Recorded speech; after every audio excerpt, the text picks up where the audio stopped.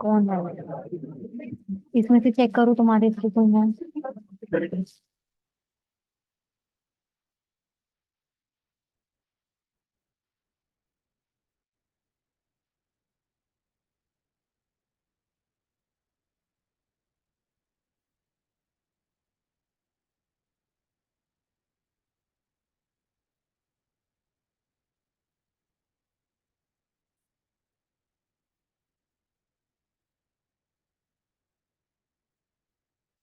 इसका कोई तुम्हारे को बदले तो तुम्हारी मीटिंग स्टार्ट है, तुम जो बोलोगे बट उधर आवाज कैसे पहुंचेगी मैं क्या करूँ, उनके पता आवाज जाएगी, यहाँ से बोलो तो सही। तो बोल यहाँ से कुछ छीनने से काट दो। Hello, am I audible to you? Yes, you are audible. Yes, you are audible.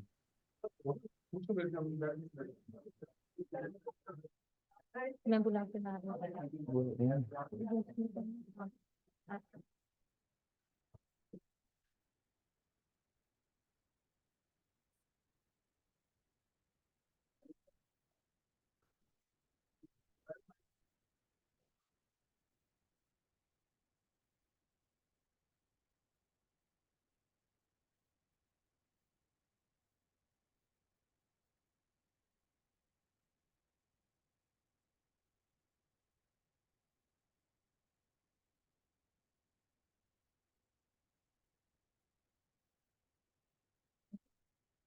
Good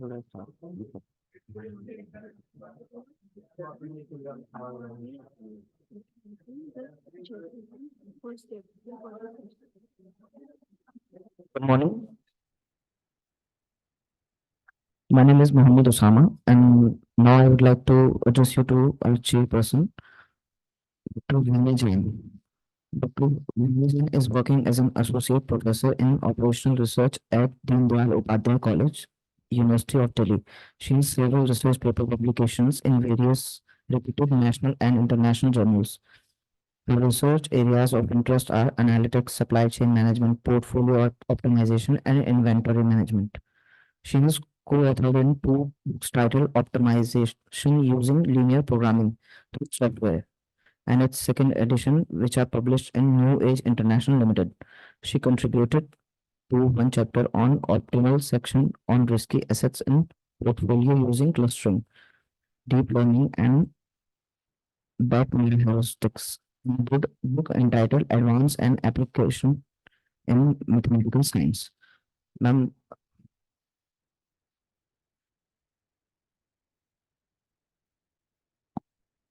Moving on, I would like to introduce our second chairperson for the session, Aditi Khanna.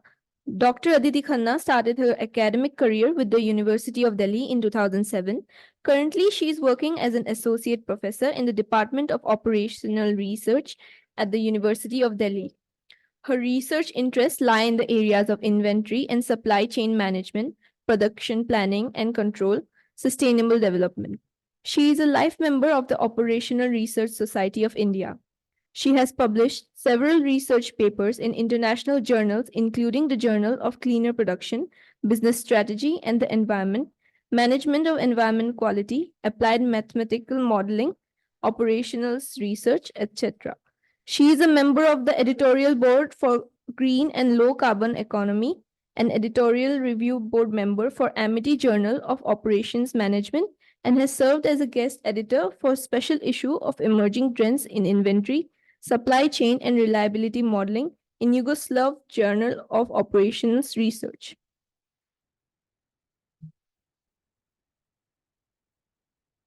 I'd like to start the session by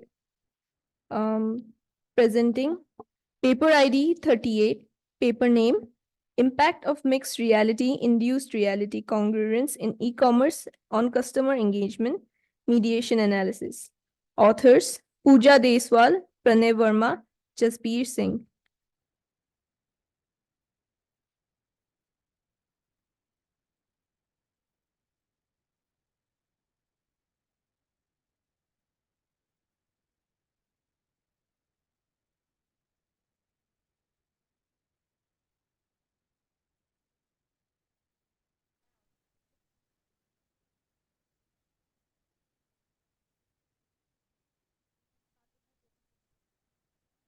Excuse me, you will get 10 minutes of time limit for presenting your case.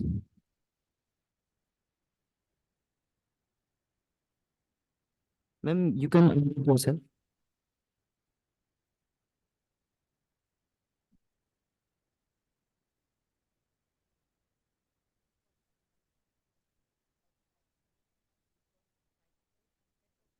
छेड़ना मैं बात, और आप लोगों को क्या समझा रहे हैं? यहाँ से कुछ भी नहीं छेड़ना।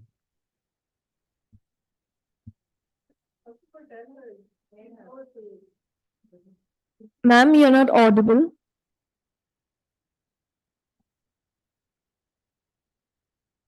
उसमें आवाज नहीं है, उनके दिक्कत है।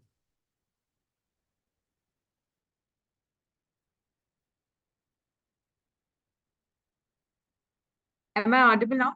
Yes, ma'am. So starting again, good afternoon to all. Myself Pooja, a research scholar from MIT University, and I would like to present my paper titled Impact of Mixed Reality Induced Reality Congruence in E-Commerce on Customer Engagement, a Mediation Analysis. Starting with the introduction, the aim of my study is to examine the role of reality congruence induced by mixed reality in enhancing the e-service quality to achieve customer engagement. The main objectives of my studies are to determine how reality congruence influences the service quality of the shopping website to achieve the customer engagement, and to assess if reality congruence and e-service quality have a cueing effect on trust and commitment with the website. This study basically measures the impact of reality congruence and e-service quality on processing the psychological aspects such as trust and commitment that will result in customer engagement. And the findings of my study indicate, yes, that e-service quality basically acts as a trait linkages between customer engagement and reality congruence. There's background of the study. The global virtual reality market, according to the Statista 2023 report, the global virtual reality and augmented reality that together will constitute the mixed reality is estimated to grow annually at the rate of 10.777%. And with this kind of expansion of these technologies in the end usage industries, it has been observed that in India also retailers are basically expanding these technologies, are using this technology, and the adoption rate is almost 23%.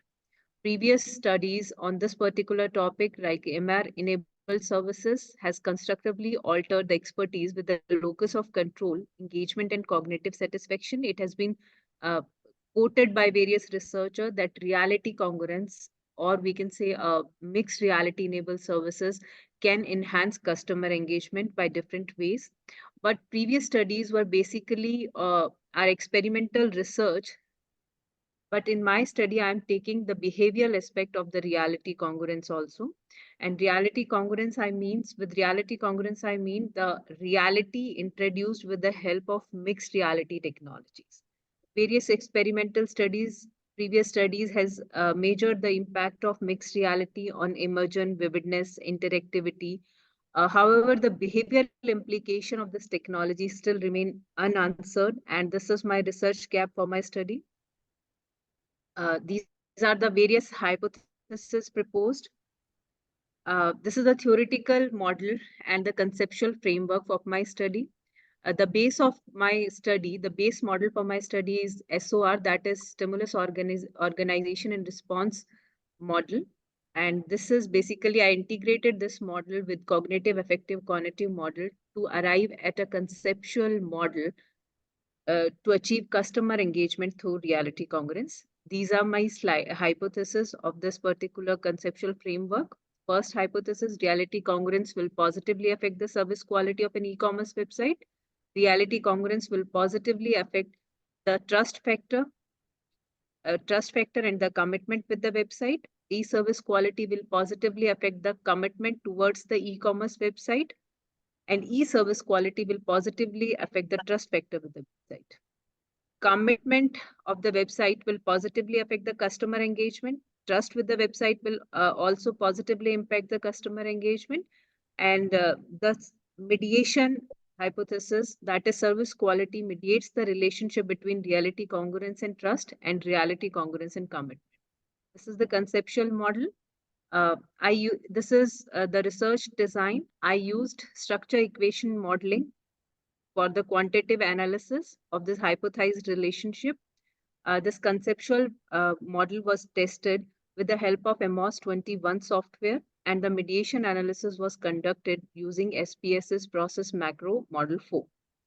I have collected the data from the respondents in Delhi above the age category of 19 years, and it was a self-administered questionnaire in English, and I administered it with the help of Google Forms. All measurement items were drawn from the literature and worded to match the study context. 5-point Likert scale is used as a measurement scale in my study. These are the results of the structure model, except the two, that is hypothesis 2 and hypothesis 3, that suggest that reality congruence will have a significant effect on trust and commitment. They are insignificant, are not supported in my study, but all the other hypotheses are supported. These are the results of the mediation analysis, and the results basically shows that the partial mediation happens when we introduce service quality as a mediator. These are the results. Reality congruence will positively impact the service quality of an e-commerce website. However, it doesn't show a significant effect on trust and commitment. And that's why I used mediation analysis to see the effect of reality congruence and trust and commitment. And in mediation analysis, it has been proved that e-service quality will mediate the relationship between reality congruence and commitment of the website and trust of the website. These are the theoretical implications of my study. It exerts the SOR model successfully. RC and SQ are the dual stimuli that propel the customer for an internal evaluation, that is organism comprising commitment and trust, ultimately resulting in a response to engagement with the e-commerce website. The study identifies reality congruence as an important determinant of the e-service quality of the website. There are a few managerial implications. Reality congruence technologies. As we have identified that reality congruence will have a great effect on the e-service in improving the e-service quality of the website. However, it indirectly affects the trust and the commitment of the website. Which are the basic, what we can say, basic key drivers of customer engagement. So reality congruence technologies can be implemented. The various methods by which we can implement the reality congruence technologies is by using virtual try-on that can be used with the help of AI generative model, simulated environmental product demonstration in 3D space by using technologies like WebAR, AR-based navigation that can enhance the flow, simultaneous localization and mapping for tailored product recommendation. And in another way, as we have identified in our mediation analysis, that e-service quality mediates the relationship between reality congruence and trust and commitment, which are the main key drivers for customer engagement. We can say that e-service quality can be used with the help of using optimized apps along with the websites that can help in smooth navigation by clear and intuitive designs, simplifying the checkout process, providing secure and diverse payment options, clear return and refund policies, and customized recommendations. And for improving trust and commitment also, we can use a personal narrative and a stimulated 3D environment that has been proved to enhance the trust and the commitment with the website. In the end, I would like to conclude that based on the findings, reality congruence results in enhancing the e-service quality and change the interacting trait linkage to achieve customer engagement. Reality congruence has been found to have a significant indirect effect on trust and commitment mediated by the service quality. This empirical study asserts the SOR successfully and underscores the emphasis of RC in generating a greater sense of engagement. The study also demonstrates the rationale of customer engagement associated with the MR-enabled e-commerce website, thus synchronizing the previous studies reporting mixed reality features in cultivating engagement by engrossing responsive customer support, quality information, personalization, and consistent communication. These are the few limitations and the future research ideas, including we can include other independent variables other than the RC that will enhance the e-service quality of the website. Secondly, it was conducted in NCR region only.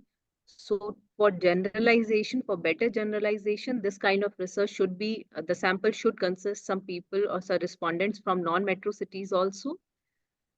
Various constructs like hedonic value and utilitarian value constructs can also be used as a moderator and to check the moderator and the mediating effects in this kind of model. These are the few references. I concluded. Any questions?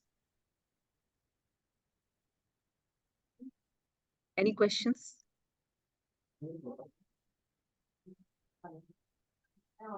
Any questions and suggestions?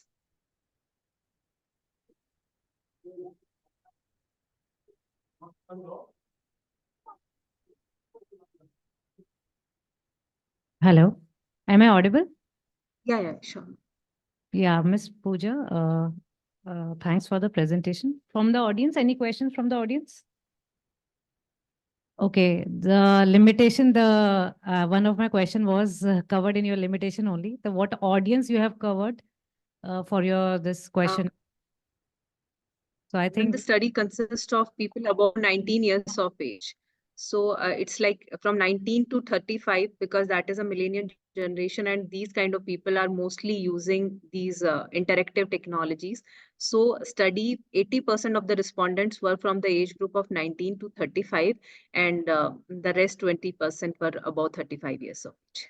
and it restricted to only the NCR region. Yes, ma'am. Yeah. So can you tell me what is the difference between augmented and virtual reality?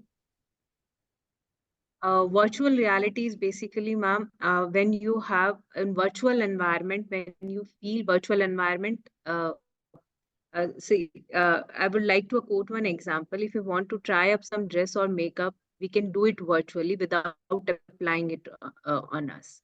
And augmented reality is basically creating your own virtual reality. For example, IKEA is using it. If we want to see what how this bed or how these curtains or how this thing will look into our room setting, so we can create our virtual reality on our own. So that is the difference between the two. Both are same, I guess, augmented or virtual. How do I differentiate? And virtual reality means we can virtually try that kind of thing on us. And augmented We is are using any. Augmented is basically when you're creating your own virtual environment. no, You can create your own virtual environment. but both are we are trying online virtually. So virtual, you gave me example ki we are putting on makeup and trying a dress. For augmented, what would be augmented for the same concept? What would be If the we want to customize something, then augmented reality plays its role. In automobile industry, we are using it in augmented reality. Even the furniture and this paint industry is using augmented reality. So the market If is you want to see how this thing will look in. The segment, the categories are different because virtual, you are saying giving example for an individual. For augmented, you are giving example for the furniture or the interior areas and that thing. Yes, ma'am. Yes, ma'am. Yes, ma'am. Okay. So, what exactly is the contribution of your study? What you have highlighted, what you have found, which was not earlier present? Ma'am, actually, in previous studies, we talked about how these kind of technologies like virtual reality and augmented reality are beneficial for creating a very good customer environment or customer experience. But the basic thing is, according to my study, reality congruence or these technologies are not directly enhancing the customer engagement or the behavioral aspect. If service quality is present, then only reality congruence basic, or we can say behavioral aspect, only if there is a proper service quality or the service quality of the website is maintained. Okay. Can you give me examples of that websites or online platforms that you are investigating? You have got the questionnaire filled with some people. So for which Yes, ma'am. perspective, Amazon is using it, ma'am. Hanji, ma'am. you have considered only one shop, the online platform, or many online platform? There are many online platforms as such, but there are certain apps also. So, But when like you are getting Snapchat the is, no, but when you're getting the data filled by the customers, so suppose yes, customer one is using Amazon, customer two is using some other platform, customer three is using some other platform. So how the results can be, conclusive? How we can conclude if we are covering the customers across different platforms? It should be considered taken from, I think, one platform, then we will get some fruitful results. Did you get my question? actually, in extended form, Amazon is only the website that is using it. Uh, pardon, ma'am. Ma'am, can you repeat your question, please? The questionnaire that you have got filled, the customer, which customer you have focused? They are using which platform? Different platforms or only from one platform? Ma'am, different platforms. Like, But maximum respondents were using Amazon because it is like a multi-product category kind of thing. I haven't uh, uh, but the restricted parameter, myself to a single category. Yes, ma'am. if you are using different platforms, the parameters would be different. It cannot be the same, I suppose. For an Amazon customer, the criteria, the things would be different. And if I go to a Asian shop, some platform, the criteria or the parameters would be different. They are entirely different. I think you should look into this area when you're conducting the research. So this is a suggestion because you should focus on certain type of similar platforms where the criteria or parameters match. Otherwise, Okay. it would be, I think, we will not get conclusive results. Okay. Thank you. Thank you, ma'am. Thank you for your suggestion, ma'am. Hello. Hanji. Hello, Ms. Yes, Pooja. ma'am. Yes, ma'am. So, what is the difference between mixed reality induced and mixed reality congruence and reality congruence? Ma'am, mixed reality is a mixed reality is basically combination of virtual reality and augmented reality. and And congruence is only augmented reality. What you are no, talking? ma'am, reality congruence is basically, I have taken, actually in the questions, I was not asking about the mixed reality. I was simply asking about whether the 360 view, just an example. If you will get to know the 360 view of the product or the functioning of the product in a video form, would like to buy that product, or would it will add to the your trust factor or commitment? So question like this was asked, not regarding the uh, technologies, not regarding the virtual reality and augmented reality as such. I use the terms like if you can feel the product, or if you can see the product in the 360 view. So basically, reality congruence means it's real world, near to the reality. And it's a coin term, reality congruence. And mixed reality is basically, it's a combination of augmented reality and virtual reality technologies. No, what is the difference actually? But how will you implement both of these? Reality congruence is basically near to reality. So how will you implement near to reality? This is also through virtual reality and all these things, right? Through videos and all. If the customer can, if I want to buy a dress and he is able to look himself in that particular dress, then it gives him a basically real picture, how he will look like in that dress, or she will look like in that dress. So this is, you are introducing reality into his getup basically after Yes, ma'am. that buying that product. So what is the difference between mixed reality and reality? That's what actually I wanted to know. Ma'am, mixed reality is basically it's a term that is used for combination of technologies like AR and VR. If we will combine both the technologies, the term is coined as mixed reality. Reality congruence is the construct of my study that is basically representing the behavioral impact of these kind of mixed reality technologies. Reality congruence is basically in virtual environment. If we can in virtual environment, if we can feel like a real environment, that is the basic, I would say, the disadvantages that lies with the online shopping is that we cannot feel it, we cannot touch it. There is a difference between the real environment and the natural environment. So with the help of these kind of technologies, we can basically create a real environment. These are the technologies for introducing mixed reality, right? Mixed reality is a technology for introduction of reality congruence in the online website. You are a little bit confused about it, I think. Okay, what is the sample size of your study? 340 respondents. 340 respondents. So I you got 362 responses, but after data screening, I left with only 340 responses. So which reasons, NCR region you have talked about, you are considering. So which Yes, particular cities you consider in this NCR region, which particular areas? Gurgaon, Delhi, Faridabad, and near about Bahadurgarh and all. So how did you distribute basically your complete sample size among these areas? I circulated with the help of Google form. Huh? Google form, ma'am. I administered the questionnaire with the help of Google form. Because the lifestyle of Gurgaon area of the people living in Gurgaon may be different from the Delhi region. So it is just like a stratified sample you have collected, or what do you think? What kind of No, sample? ma'am, it was only convenience sampling, not stratified sample. So you cannot generalize these results, no? Yeah, ma'am, that's what I have presented in my limitations also.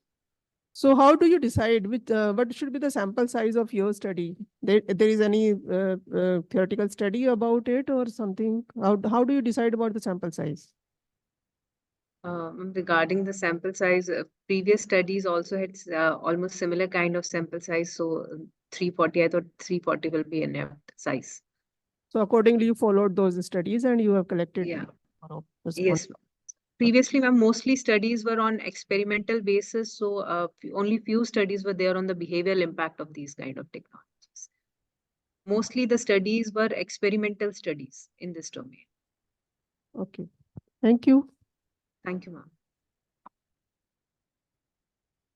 ma'am. Are you done? Okay. Thank you, Pooja. Now I would like to call paper ID 39, Acceptance of LGBTQ at Workplace in Delhi NCR, Perspective, Challenges, and Way Ahead. Aman Kapoor and Dr. Shisha Kapoor.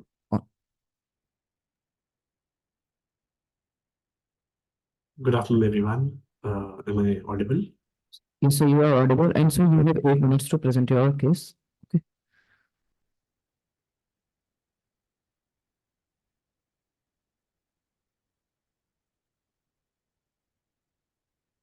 So to start with, it is about the acceptance of LGBTQ plus at workplace in Delhi NCR, perspective, challenges, and way ahead. I'm a PhD scholar, and my guide is Dr. Shikha Kapoor, a professor with MIT. The purpose of the paper is to examine the understanding of the inclusivity issue around the LGBTQ plus community at the workplace in Delhi NCR. As far as the design and the approach methodology is concerned, in order to comprehend important topics like satisfaction level, discrimination, and social exclusion, an exploratory study was carried out. The case study based research paper it is, and the data collection methods used were the surveys, interviewing existing research report, reviewing existing research reports, and interviewing few of the people from the industry. So the major research objectives will become to understand the general level of acceptance for LGBTQ plus community members within the workplace, how they determine the obstacles and difficulties encountered by the community members in these environments, and what approaches and measures that organization can implement to support the inclusion of the community itself. And when it comes to research methodology, employees from multiple organizations from Delhi and NCR were asked about initiatives taken by their organizations exclusively. And the primary data was collected via surveys to find out the level of understanding of the topic. Plus, primary data was also collected via surveys around the satisfaction levels, discrimination, and social exclusions of the community members. There were few blogs that were referred to, plus there were few sites which were referred to. I should jump on to the limitations. I mean, considering it's a delicate subject, people are not very comfortable discussing about the subject, and also the community members are hesitant enough to, disclose their confidentiality, and they do not want to voice it. Hence, the limited scope of the sample size constrains the extension of the results to a wider demographic. Plus, the nature of a case study focused research paper, it does not adhere to a rigid experimental methodology, considering it's a very, very sensitive and a niche forum that I am addressing to. People are really not very open to answer the questions or even attempt the survey. Hence, considering people who are out and a little who are courageous enough to answer the questionnaire, I was able to collect the data from approximately 30 people from the community itself via different forums. So as an introduction, inclusion basically means every person should feel accepted to express their opinions and their identities and feel safe when they do so. An exclusive environment will always help develop everyone personally and professionally. So without inclusive work environments, so many LGBTQ plus young people feel isolated or even unwanted at the workplace. So to give a brief introduction of what historically has happened till date, it has started from 1861 from section 377, which was actually decriminalized for homosexuality in 2018. But as far as the results and findings are concerned, despite of the fact the section was, as per the section, it was homosexuality plus LGBTQ plus community members were decriminalized, there was the absence of the clear diversity and inclusion guidelines. Majority of the times, if we see all the research papers, or majority of the research papers usually talks about diversity and D&I, but it never talked about a very specific LGBTQ plus staff or the employees. Then there is a direct or indirect discrimination. Post my survey, basis the survey and the interviews that I have taken, there was a direct or indirect discrimination from the colleagues or the management was faced. It was related to a stigma if in case you come out as an LGBTQ plus identity.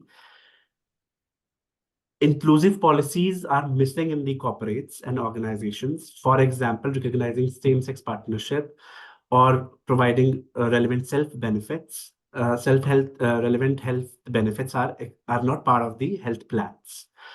Then there's a lack of visibility of LGBTQ plus role models in the leadership positions, because of which people who are at the lower grades, they are not comfortable opening up to the larger audience. Then when it comes to transgender individuals, discrimination based on their gender identity or expressions makes it difficult for them to come out. Then a fear of negative consequences of coming out at the work place can lead LGBTQ professionals to conceal their identities. This is one of the major challenge for them to come out. As far as the survey is concerned, people are not very comfortable because they are more concerned that how they will be, how people will deal with them. The entire intention of the people looking at them will, or perspective of people looking at them will change if in case they will come out. And also harassment and bullying is a very, very common incidents that they feel at the workplaces, wherein the major reason is jokes that are being cracked on them, on the community, which also finally lead to their mental health issues, wherein increased stress and anxiety are the major things that are seen. With this, there's another perspective that has come out from the people I have interviewed in different organizations, that younger generation in India, in many parts of the world, and in many parts of the world, are often exposed to the global perspectives on the social issue of LGBTQ inclusion. Plus, from the start only, the education system is like that they call out on these gender and sexuality issues more often, and hence the younger generation in India are more keen to adapt these people, and the acceptance level of the younger generation is higher than the rest of the generations. As I've already mentioned, approximately 30 professionals from the LGBTQ community across 10 industries were surveyed, and rest I was unable to get any information from, because they all are reluctant to reveal their confidentiality, plus also they were not very open to fill in the survey and answer the questions. So 70% of the organizations do not have LGBTQ support groups. So 60% of them, they do not know anybody from the professional background, from the community. 70% people said they faced workplace discrimination, and 10% was satisfied in their professional lives at the workplace. now, So a few more inferences, wherein 70% people think that people will treat them differently if they come Come on. out. so can you please wind fast? Yes, I'm almost closing it. And also have heard things that jokes and statements from peers makes them even more vulnerable to not coming out. And at the last, support groups is something that LGBT community is very, they think that the support groups will help them revive this challenge at the workplace. Few corporates that are taking initiatives are Tata Steel, Godrej, Infosys, Accenture India, Tech Mahindra, IBM India, Wipro, etc., wherein they are actually inculcating the inclusive policies, and they are doing cultural engagements, employee resource groups, and comprehensive D&I policy reforms are being done.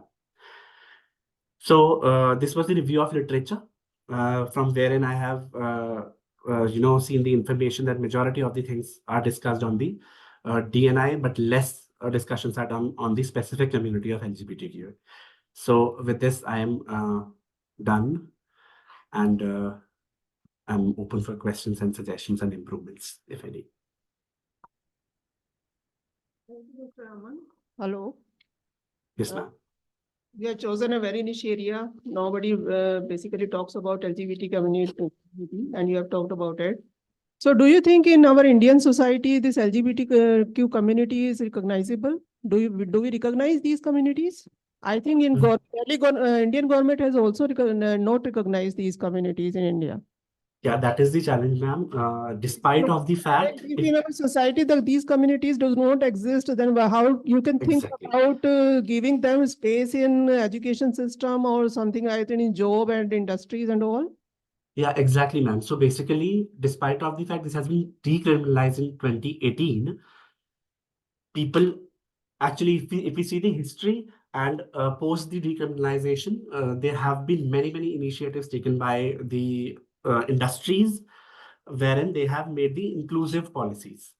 And considering that the acceptance level is going, becoming better, but as you have already mentioned, that the acceptance and the Talking about, you have collected data from LGBTQ community from industries. People talked about this and Yes, they told you yes, they ma'am. belong to this Yes, ma'am. community. Yes, ma'am. If in case we see this, I have mentioned that 70% of the organizations do not have the LGBTQ support groups, but 30% does. Wherein before the decriminalization of 2018, we hardly see any support groups in the organizations. So when we see it has moved towards 30%, I think, and I have listed down the companies name who have taken the initiatives, I think we are getting better. And 30 professionals actually talked about it. So yes, we have been improving. And in fact, I feel this is not a relevant study in Indian context, basically, because these communities do not exist in our society. Then there is no question of giving them space in the education system and all. And you are 10 industries. This is industries or companies, basically. This is the industries. So the consulting industry, the telecom industry, the services industries. So basically, these are few industries that, in fact, the professional from a government industry has also filled in the survey. So yes, it is from the industries, and the acceptance is getting very better. So I think considering it was not relevant in the yesteryears, but yes, it is getting relevant now because enough airtime. Sorry, ma'am.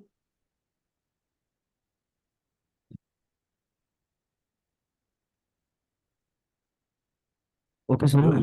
So thank you, and we would like to end. So next we have paper ID 45, multi-generation diffusion modeling of telecommunication services, the role of customers disadoption and dynamic adoption rate. Yasmin Banu, Sakshi Singhal, Rampal Singh. Okay. Okay, sir.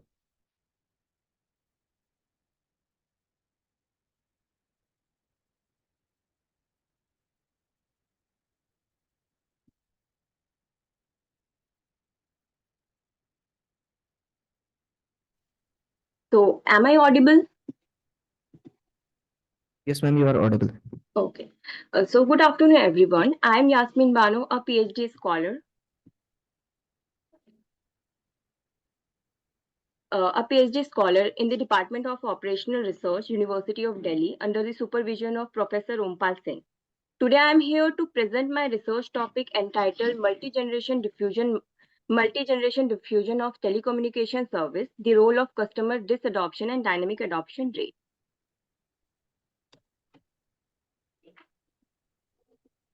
So, these are the outline of my presentation. Following is the objective of my proposed study, where the aim of this study is to empirically investigate and predict the model that can successfully analyze the dynamic shift in the adoption rate with customer attrition in generation substitution of mobile technology. And using subscription data of 3G and 4G mobile network, the proposed model has been validated. Some of the introduction has been taken where the diffusion of innovation is widely used in management, and Bass in 1969 proposed a mathematical model to predict the diffusion of innovation, and presented by the following equation 1, where the buyers are categorized as an innovator and imitators, and NT represent the cumulative sales of adopters. Since many years, the product introduced during the past few decades have been services rather than the durable goods. Therefore, in services, a recurring fees is paid over a period of time or in the form of monthly basis, quarterly or yearly basis to access those services. In service, attrition term is important as customer may disadopt it later. Levi et al. Was first who introduced this attrition behavior in diffusion model presented by equation 2, and after solving this equation, following is the closed form solution provided by equation 3. Since with time we have seen that the technology undergoes improvements, and hence there is a chance to introduce a new generation who substitute one for the better quality and performance. Norton Bass was first who developed the successive generation model, and following equation 4 provide the simultaneous equation where new generation introduced at time point mu. Since the concept change point is introduced, where the change point is a sudden change in the adoption rate during the lifespan of a product due to several factors such as promotional effort, advertising strategies, entry of a new generation, exit or entry of a competitors. So we find the research gap which contribute to the present study. So based on previous literature, attrition is imperative in forecasting the subscription-based services. And there is research also done for multi-generation model. But no consideration has been taken place for service technology with customer attrition behavior. Also, there is a scarce and diffusion process that incorporate the change in the adoption rate of generation during the diffusion lifestyle. Therefore, following model have been developed where the present study analyze the diffusion of mobile network to predict the diffusion dynamics of mobile network services by taking a dynamic adoption rate along with customer attrition behavior in which exists in generation substitution, and computing the adoption rate to be dynamic in nature at some time point. An empirical analysis is carried out to validate the proposed model. These are the notations used to develop the model provided by table 1. And first we have formulated the generic framework for change point, where the mathematical representation formulation of growth of service, where if no change point has been taken, change point can be described by the equation 5, and after solving, the cumulative distribution function is represented by equation 6. Say on a similar basis, if if there is a single change point in this service technology, then we find that 8 mathematical formulation 8, and after solving, cumulative distribution function is provided by equation 9. On a similar basis, when there is 2 change point, following is the framework represented by the this slide. And when n change point has been taken care of, then following will be the mathematical representation by this slide. So for the proposed methodology, here we have used the multi-generation model. Therefore, using equation 4, and in the previous slide, we study the generic framework of change point. Two cases arises. In the first case, we see that at the launch of a second generation, first generation will experience a change point. Therefore, the mathematical formulation for growth service is described by the equation 17 for first generation, and for second generation, it is described by equation 19. And the simultaneous equation of sales of services is provided by equation 20. And the second case arises when, due to the introduction of a second generation, the first generation experienced first change point, and after some time, changing the marketing strategies, first generation experienced second change point, and second generation will experience first change point. And following that, cumulative distribution function is provided by the equation 21 for first generation, and the equation 24 for second generation. Simultaneous equation of sale of services is provided by equation 26. These are the table 2 provide the 2 cases proposed model closed form solution, and from the literature and the model which are compared for literature review. For empirical analysis, 2 data set. Hello. Yes. Kindly come to your results, and you have to wind up in 2 minutes, Yasmin. Okay. What's your So, result? What are your findings of the study? Okay. So the change point analysis has been considered. So from the result, we show that in the case 1, due to the introduction of a second generation, the adoption process of first generation is decreasing. This is the result of case 1, and this is the result of case 2, where the adoption rate is decreasing due to the introduction of a second generation. But after some time, both the due to the change in the marketing strategies, both the generation experience the increment in the diffusion process. These are the comparison criteria result which provide the better result for the proposed 2 cases, and these are the goodness of fit curve. These are the conclusion where it can be seen that the motive of every firm is to strengthen its financial capabilities and brand value by spurring the new product surface introduction. Therefore, the accurate forecasting strategies plays a pivotal role in marketing decisions Therefore, the present study proposed a multi-generation diffusion model for service innovation with the dynamic shift in adoption rate with customer attrition behavior. And these are the managerial implication, whereby incorporating defection behavior and dynamic shift, the model approach allow companies to adopt more customer-centric approach and understanding the customer attrition behavior, empower companies to implement proactive customer retention strategies. Therefore, the inclusion of change point analysis enable business to adapt rapidly to market trend and capitalize on emerging opportunities and gaining competitive edge. These are the references used for this study. That's all by my side. Thank you. Any question and suggestions? Thank you, Yasmin. Yes, ma'am. Shown very big equations to us. Yeah. So can you just tell me, first of all, the gap which you were talking about from the previous study, your paper is having? Yeah. But Okay, so can you just differentiate between the equations, what were developed earlier and what change you have made in your equations? Can you explain that equation to me? yeah, sure. So in previous equations, my screen is visible? Not visible. Sorry.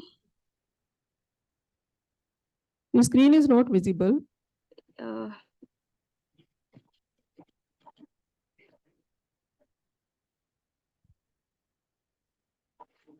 Is it visible now? Yes. Okay.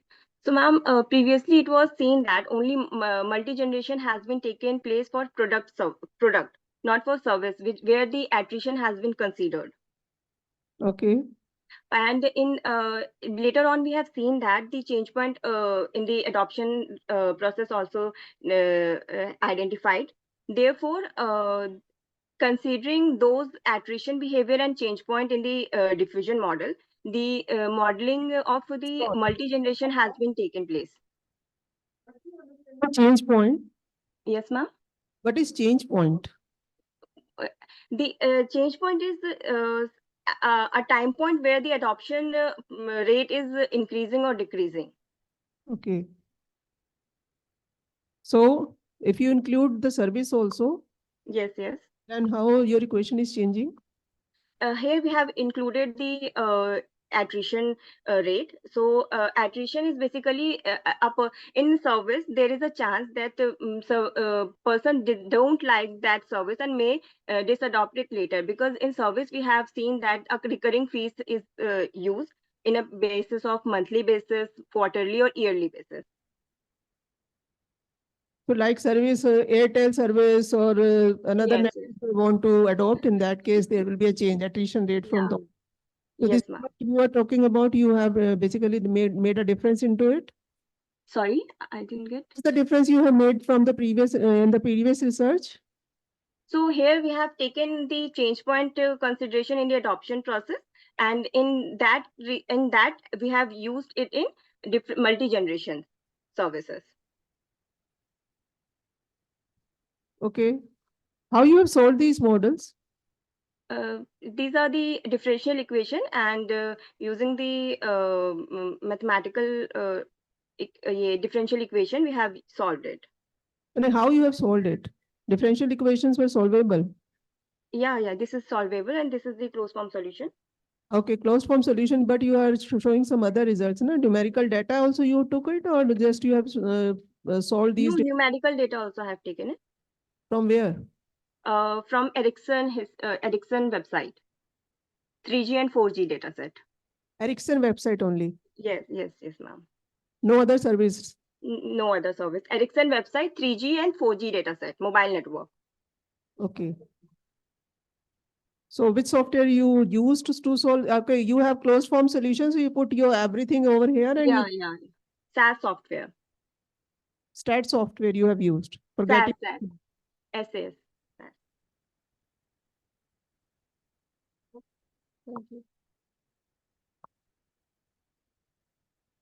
Thank you, Yasmin. ma'am. Thank you, ma'am. Thank you. I would like to call the next presenter, paper ID 67, a study on the impact of technology in scheduling of construction projects in India. Author Hemanti Mekala and Dr. Jyoti Singh.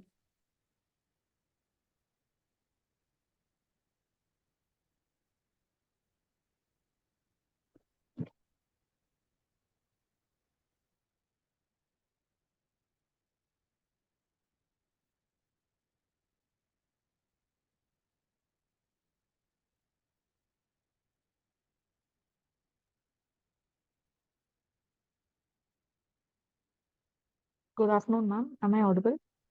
Yes, you're audible. Okay. So the topic for my study is a study on the impact of technology in scheduling of construction projects in India. So this is my agenda of the presentation. We'll start with introduction. So in this slide, I've covered the main reason for doing this research is to understand the adoption of technology and how it will impact on scheduling. So first I'll identify the key variables, that is the factors that will have an impact in scheduling. So how will the adoption style be and the impact of technology? So to start with, first the research area was chosen and then the research title was decided. Few research papers were studied and the research objectives were formulated.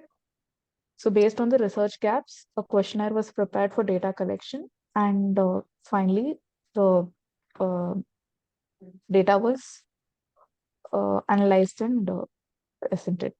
So these are some of the literatures that were studied.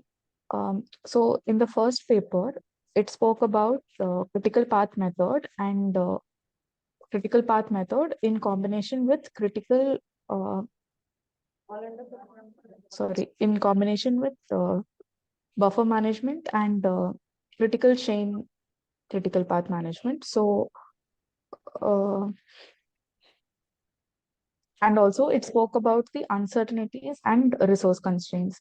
So next is project planning and scheduling.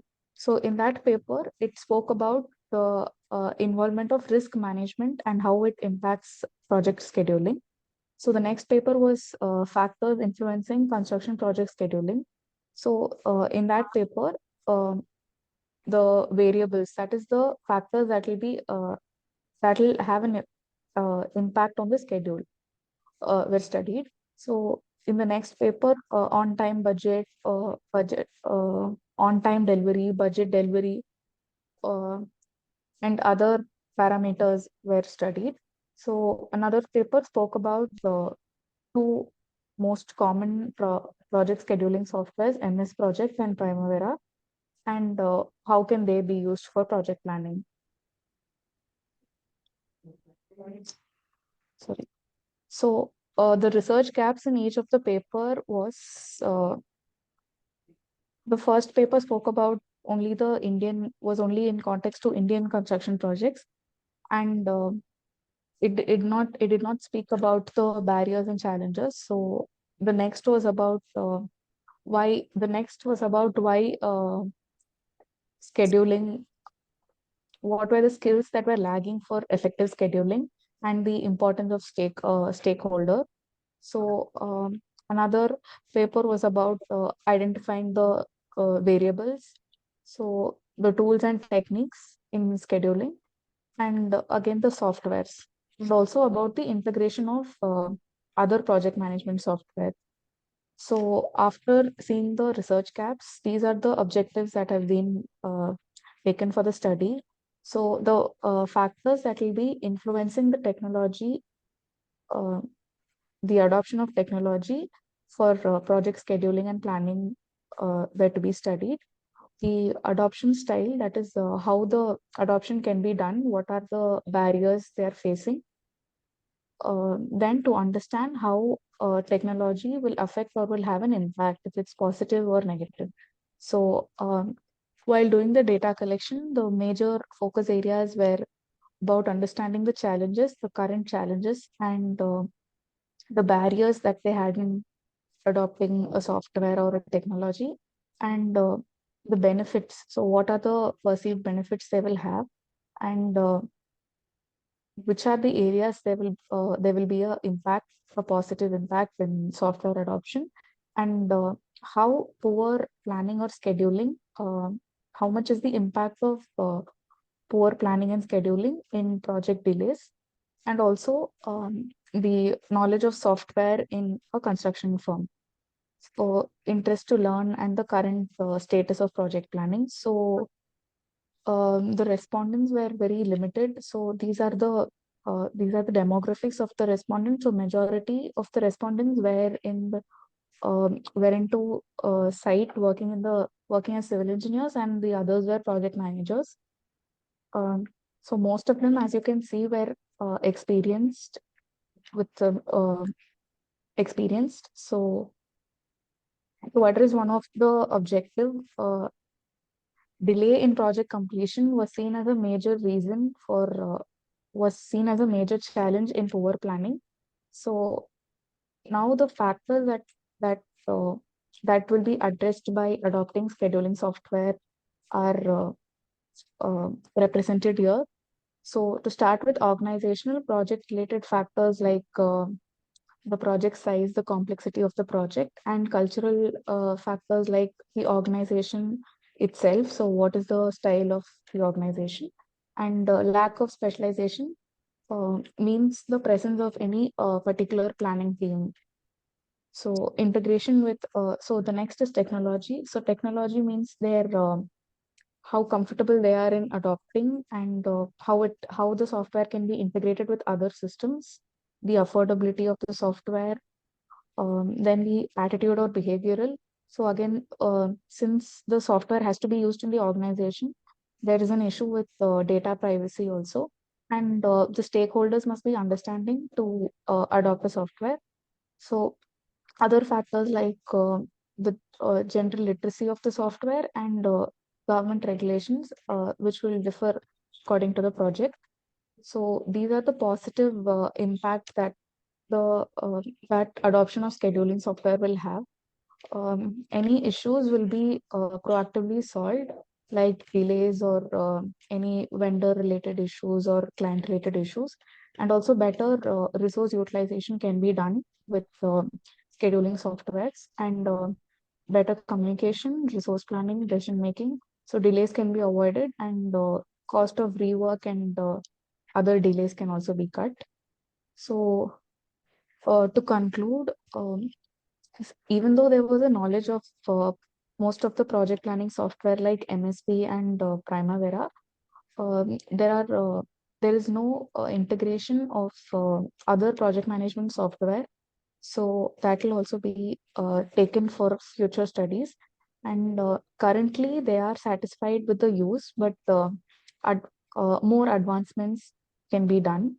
So um, and there is also an interest to learn in most of the professionals as per the data collected.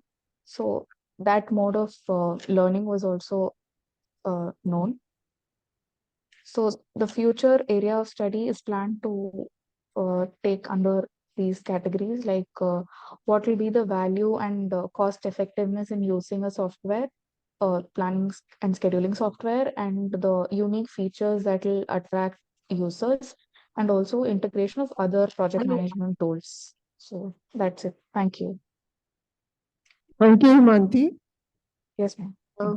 Basically, what you have done, you are basically saying that software technology should be used in construction project, right? Yes, ma'am. It reduces cost, it reduces the delay in project completion time of the project, and so on. But Yes, you ma'am. constraints like there are some constraints of data privacy and so on. Dealing with the software, the people are not comfortable. This cannot be done. This is what you are saying?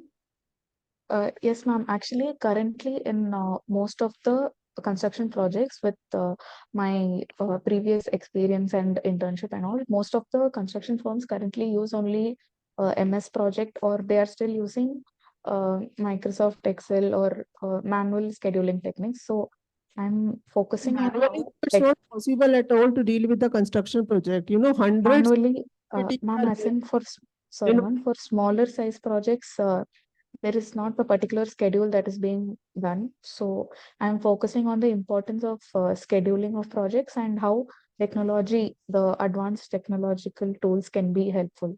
What is the meaning of advanced technology? Primera software or Microsoft project, these are not advanced softwares?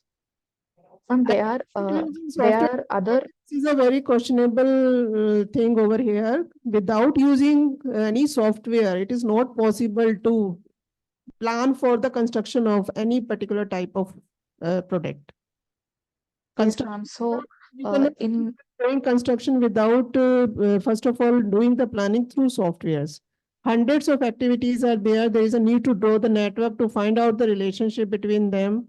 Unless or until you do not know which activity will schedule at what time, right? You cannot think of completing the project, monitoring the project, and anything. yes, ma'am. So The project even is determined through the softwares only when the complete project is, all the activities are scheduled at the proper time, and then we determine what time it will be completed. And this cannot be without using the softwares. yes, ma'am. So my major point is that software is being used, but the basic or the ones that were old in the industry are still being used. There are many newer technologies that were there is Revit software. You can use that software for stakeholder collaboration also. So a construction project will involve many stakeholders. So using softwares that will have integrated, that will have the option of integration can be a better, can have a more effective planning. Okay, so you're just studying the impact of software. Just tell me one thing, the software gives you a result, but Yes, ma'am. physically that thing has to be resolved. How the software will help? Software will always give you the optimal result, complete the project in 30 days or 60 days. How Yes, you ma'am. can control, avoid the project delays during software? I don't understand that. So, ma'am, there is an option of updating the delay, or you can also do simulation analysis in certain softwares where you can see how it will have, how the project will be affected when there is a delay or due to some unforeseen condition. So you can Just a get second. aware of the, yes, ma'am. The project will give you. The software will give you, this can be the delay and all, but it has to be physically the control phase, the implementation phase, and that cannot be controlled via software.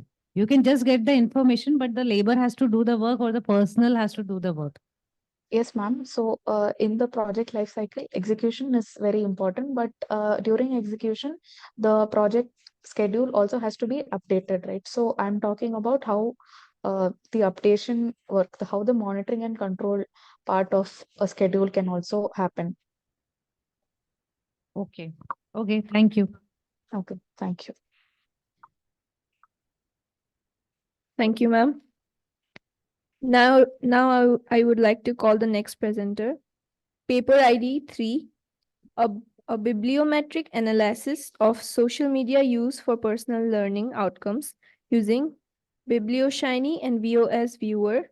Authors Gauri Shankar Sharma, Nagapavan Chintalapati, and Pradeep Verma.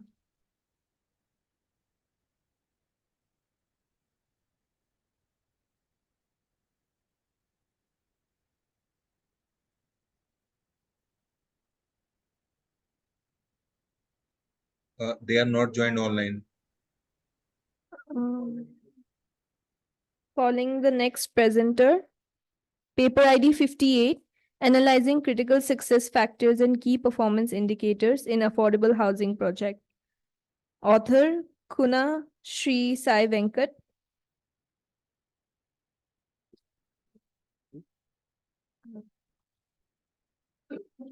Critical success factor.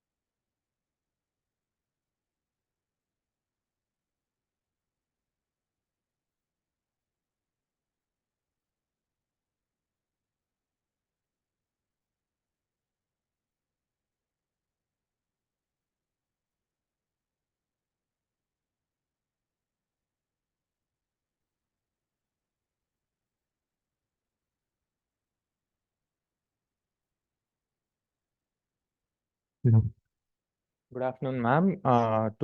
My name is Sai Venkat, and today I'm here to present my conference topic, which is critical success factors and key performance indicators in affordable housing. Ma'am, Royal Institute of Chartered Surveyors, we study that, ma'am. That's a part of Amity, but it's a different organization, ma'am. Yes, ma'am. Yes, ma'am. Yes, ma'am.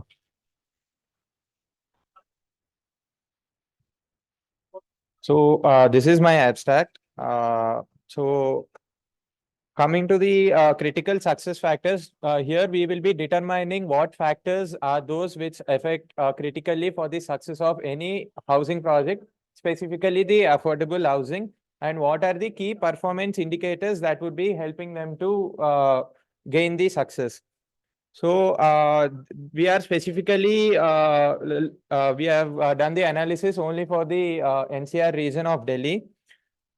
From the abstract, we can find these keywords. They are like funding of finances, government regulatory compliance, quality of construction, and innovative design and technology. As we are limited to time, I would like to show what are the analysis that we have got. This is the market size of the real estate India. As we can see, the data from 2017, the market size in India is 120 US in dollars in billion, and 2020 it's 180, and the projected values for 2025 and 2030 are 650 and 1000 USD respectively.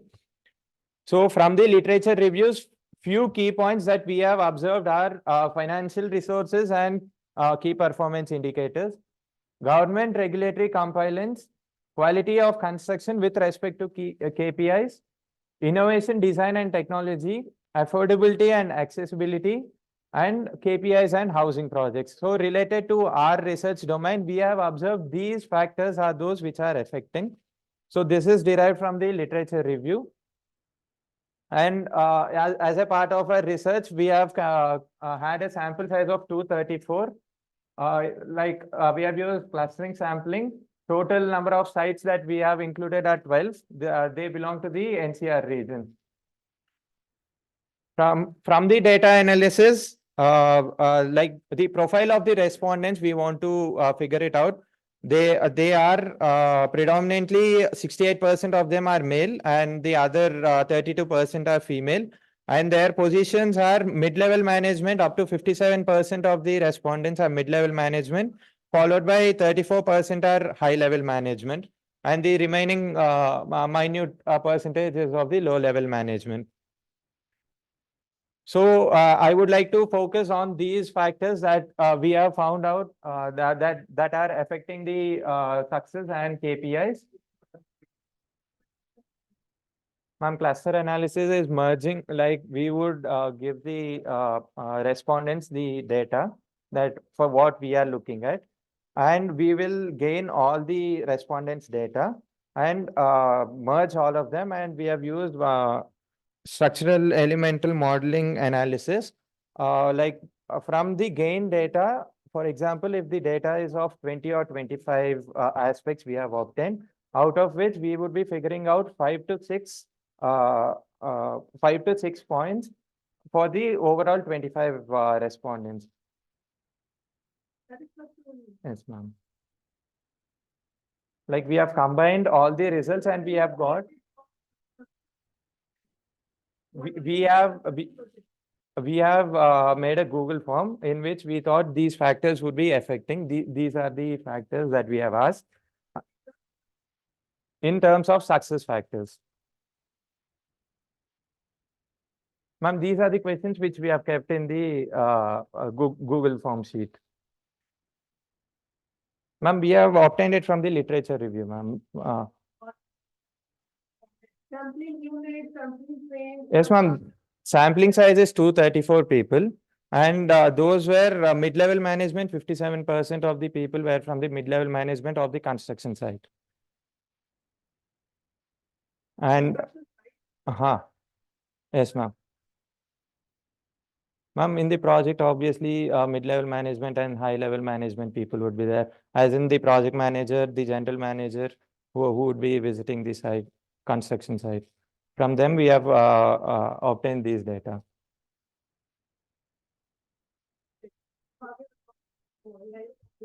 Yes, ma'am.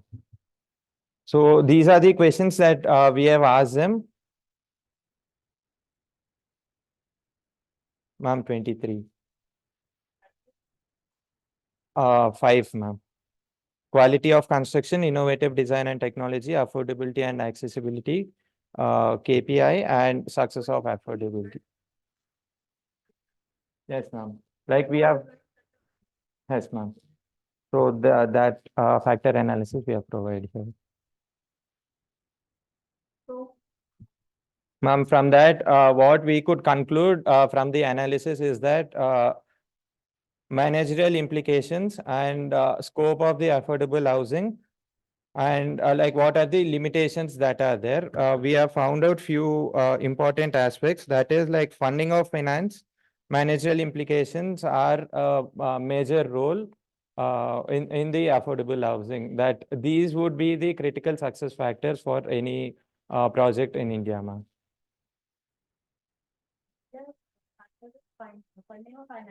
Yes, ma'am. Funding from the, as affordable housing is a government project, so funding from them towards the projects is a major role.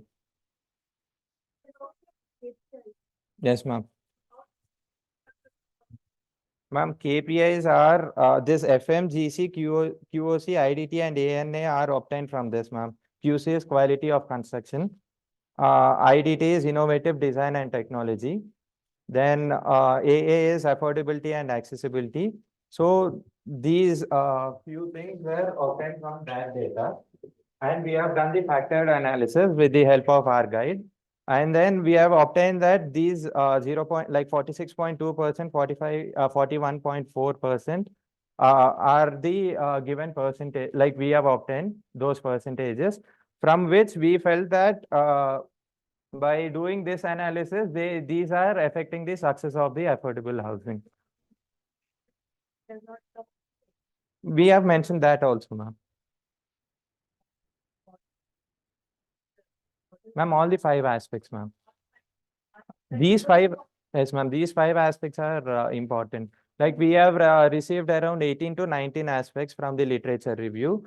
And from that, we felt like from the respondents, we felt that these 5 are the main aspects that are determining the success of the. Yes, ma'am. Yes, ma'am. Correct, ma'am.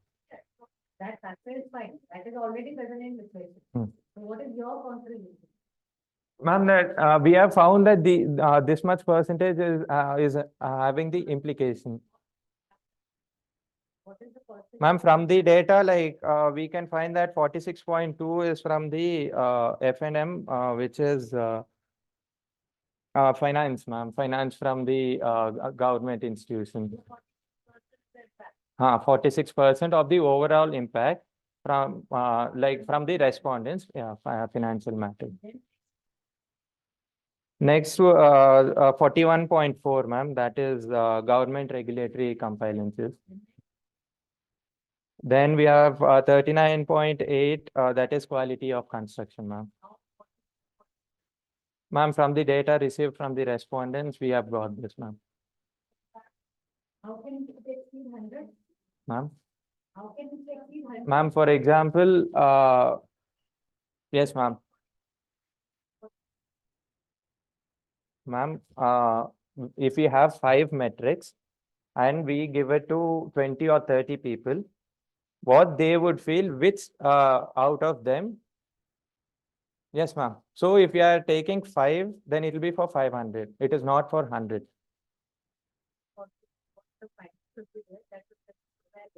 Which factor plays the major role? First is that hierarchy, then the second, then the third, then the fourth.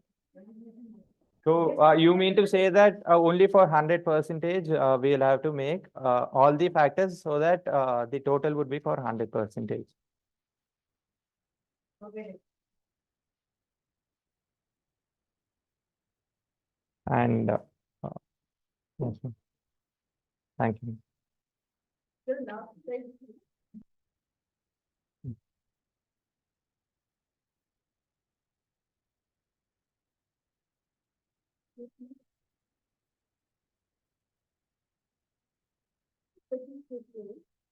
Ma'am, our guide has helped us. Our guide has helped us with the PLS SEM, ma'am, structural equation modeling. Structural equation modeling. Like we were not much aware of the software. We have asked our guide to.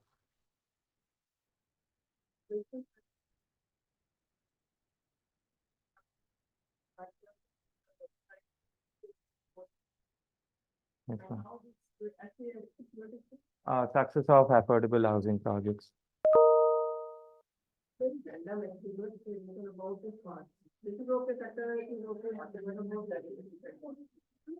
Ma'am, we mean to say that these KPIs would be helping for the success of the affordable housing.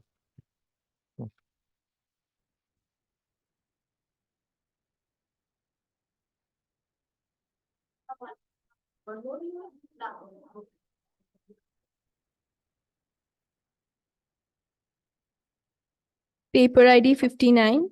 Examining key critical factors causing delays in affordable housing projects in the National Capital Region. Author Bopanna Nagapam.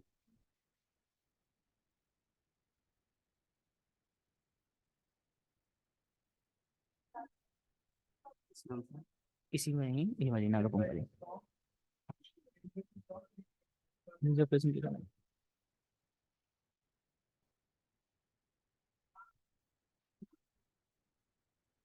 इसके बाद देख पता है ठीक है Yes, ma'am.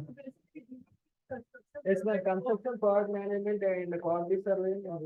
Mic देखो ना मैं इनको पूछ रही हूँ लाइव में जाएगा Yes, ma'am. Ma'am, how many batches of students? From 2013 it was. It is running from 2013. But it is international, ma'am. It was head of in international. 160 years ago, ma'am. What? 160 years? RICS was established 160 years ago, ma'am. Acha. 160 years ago it was established. Yeah. In India, it came, it is from London, ma'am, UK. Okay. In India, it came on 2013. They have tie up with MT University. Okay. Now they are into MT University. They merged into MT University. So where is the campus of this? In the Fifth floor, fourth and fifth floor, ma'am. Okay. Same block. MIT University. Yeah, ma'am. So they take only one batch of the students for this? No, ma'am. From 2013, they are taking. They take one batch of the students only they take. No, ma'am. Three courses they provide. There are 3 courses we provide. What are the courses name? Construction product management. We are from construction product management, ma'am. Uh-huh. And construction estimation quantity surveying, Okay. and also real estate and urban infrastructure. So what do you study in this? In construction product management, we study about planning, scheduling, procurement, tendering, Okay. 1 or 2 management courses. So this is a 3 years course. Yes, 2 years course, ma'am. These For are 2 years and 4 post- things. Is the post history course? Yes, ma'am. We are in MBA. Okay. And they are having BBA course also, ma'am, for 3 years and 6 years. Uh-huh. In BBA, we only have RUA, real estate and urban infrastructure. So what is the strength of this class? Your batch? Previously it was 400 to 500, ma'am. But 400, 500 in one batch, ma'am. one batch. In this year, it was around 150.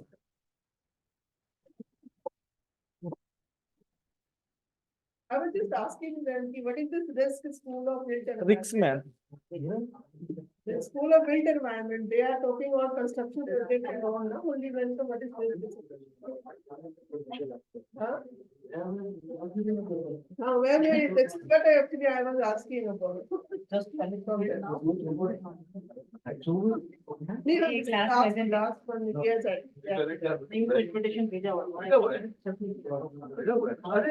This needs to, but they deal with the real estate and all these construction projects. They are saying there are 3 courses are there in this, and the courses.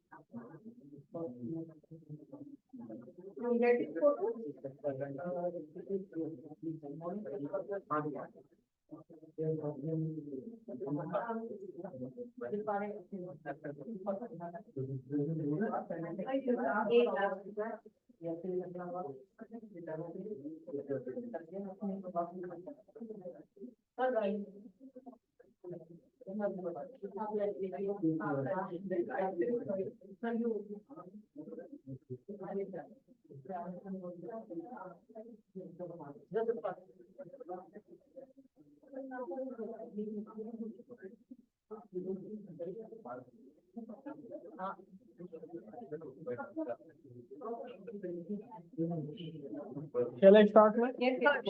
Good afternoon, ma'am. I am going to present about the critical delay factors in affordable housing. There are many delay factors in the construction of the affordable housing.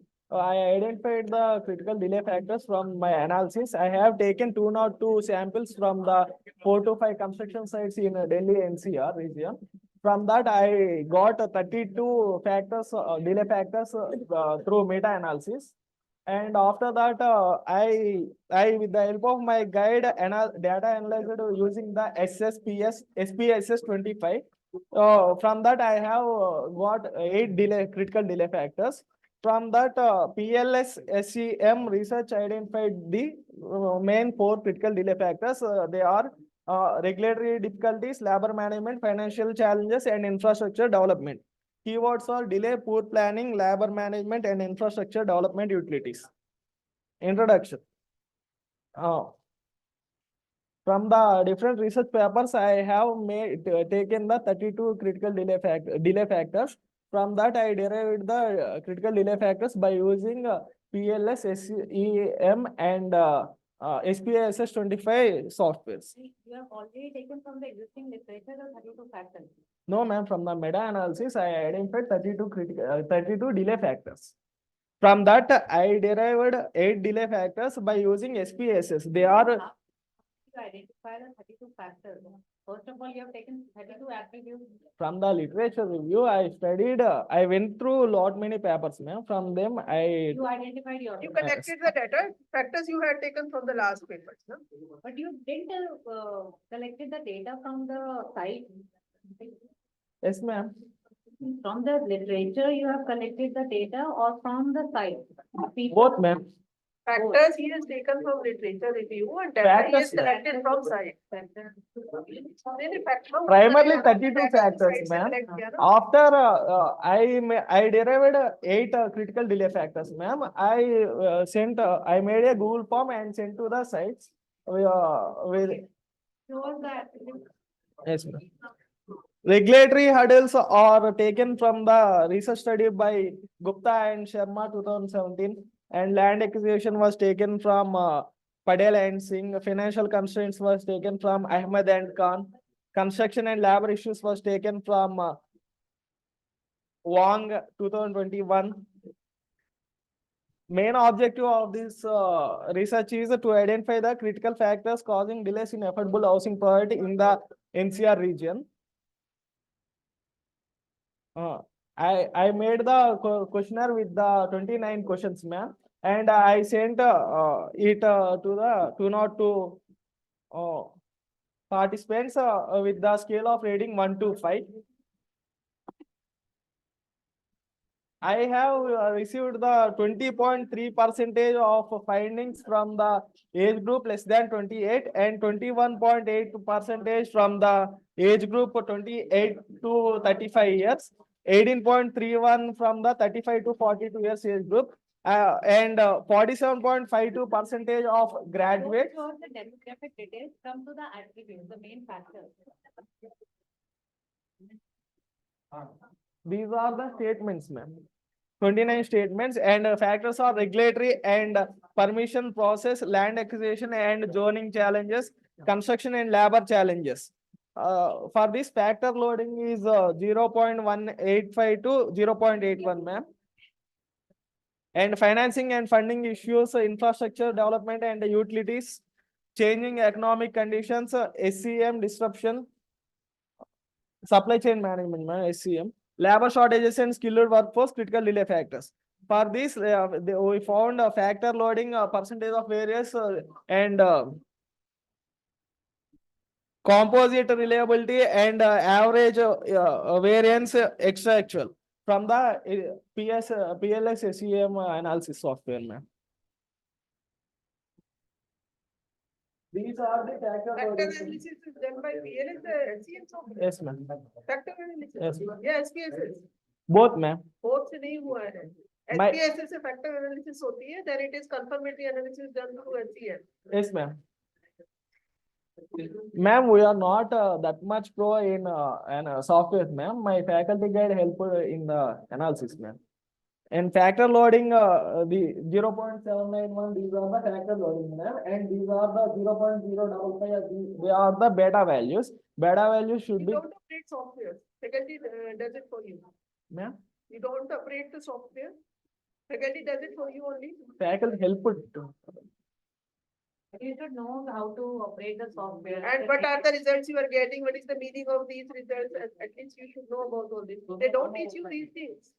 In we are background with the civil engineering background in BTech, ma'am. But still, if you have civil engineers, the engineers are also have to learn about all these softwares now. We are having the MSP Primavera cost. For developing the network and finding the schedule of the project. Yes, ma'am. But you don't Cost teach- X, we are having that software, ma'am.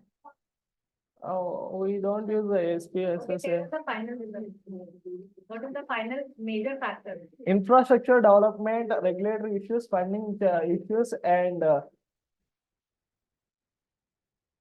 labor shortage are the critical delay factors in the affordable housing. Thank you. These are the references, ma'am. Thank you. Thank you. Thank you, ma'am. So you are a civil engineer. Yes, ma'am. Where you did your Jane to Hyderabad. Jane to Hyderabad. Hyderabad.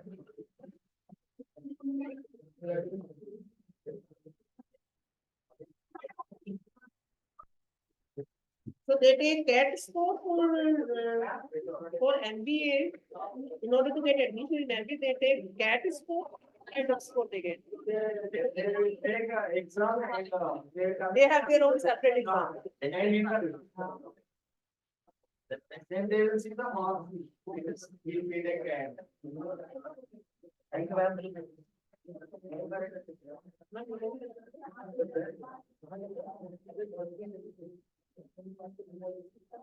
तो बेटा जितने लगभग भी करना हाँ वो एक दो को जाओ एक दो सर आगे ना फिर लोग का जाओ हम मैं उनको बोल दिया तो देखिए जो कहते हैं तो देखो you just take your certificate all well yes sir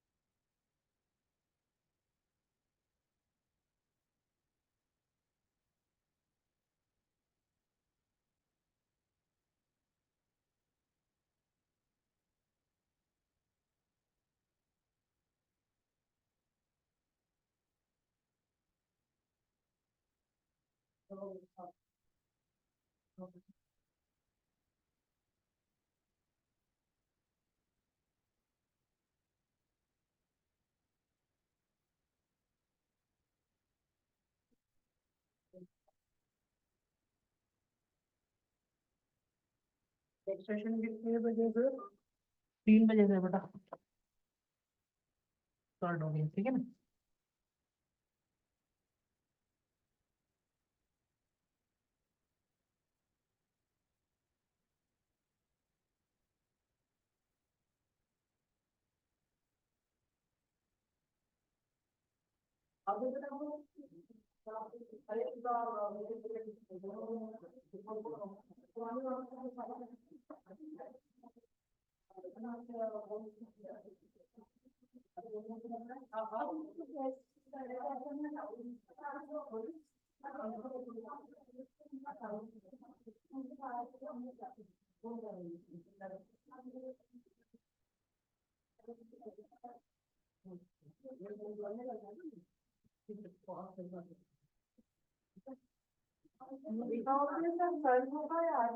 अभी तो चल रहा है, क्या नहीं, अभी लंच चल रहा है, 3 बजे स्टार्ट होगा। आप लोग को हॉल सीट में है?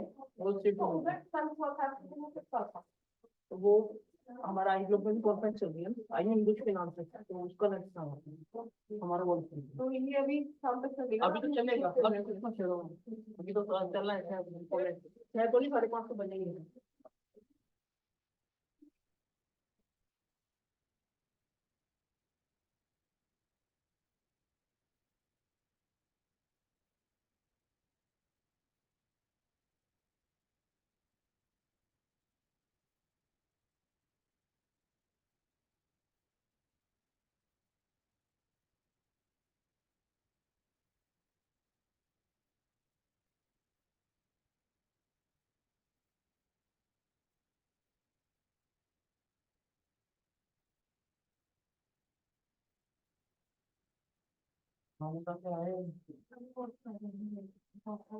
या फिर हम नीचे बैठ के खा लेंगे, गेस्ट के साथ थोड़ी बैठेंगे। अरे यार ऐसे नहीं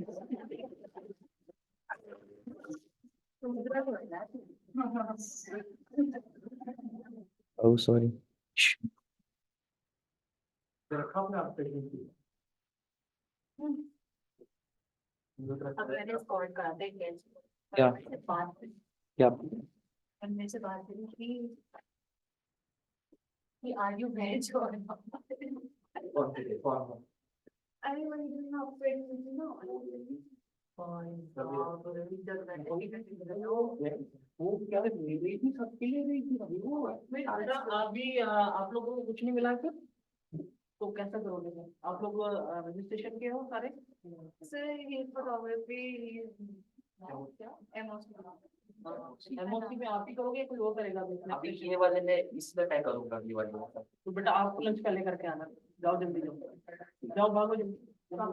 जिनको अभी एमओसी करनी है वो जाओ फटाफट। और कुछ करना है? नहीं नहीं कुछ नहीं करना, जाओ। तो लेंस आप कैमरा किसके पास है? कैमरा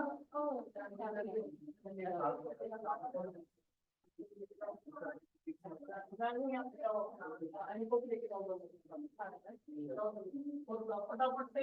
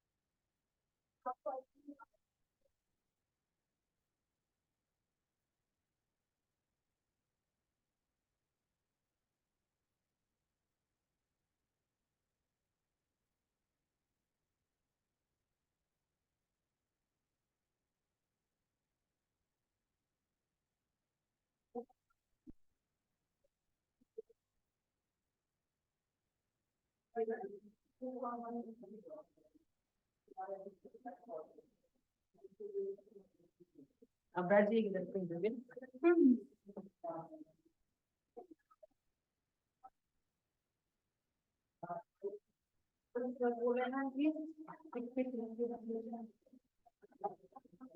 अवार्ड की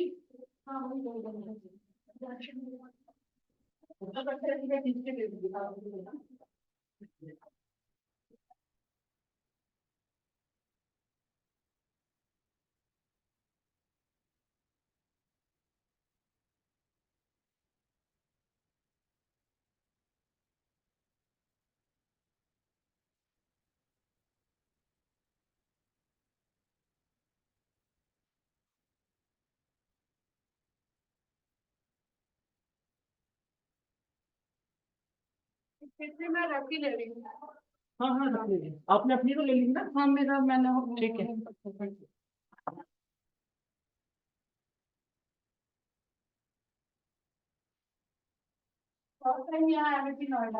अच्छा अच्छा मेरे साथ नहीं पता उसकी बोला कि हाँ मतलब तो मिलना जरूरी होता है सब पैसा लगा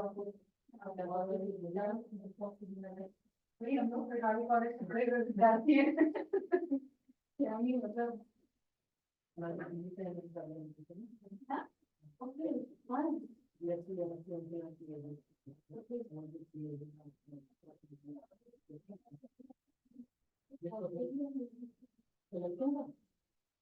सिलेक्शन तो ग्रेजुएशन ही आपको बोला तो नेक्स्ट ईयर आपको या कुछ हेलो सर यही आना फ्लैग के पास ना फ्लैग के जो साथ वाला ब्लॉक है जो लेफ्ट साइड में ब्लॉक है एक्चुअली का वाला बात है और वैसा वाला थोड़ी चला हुआ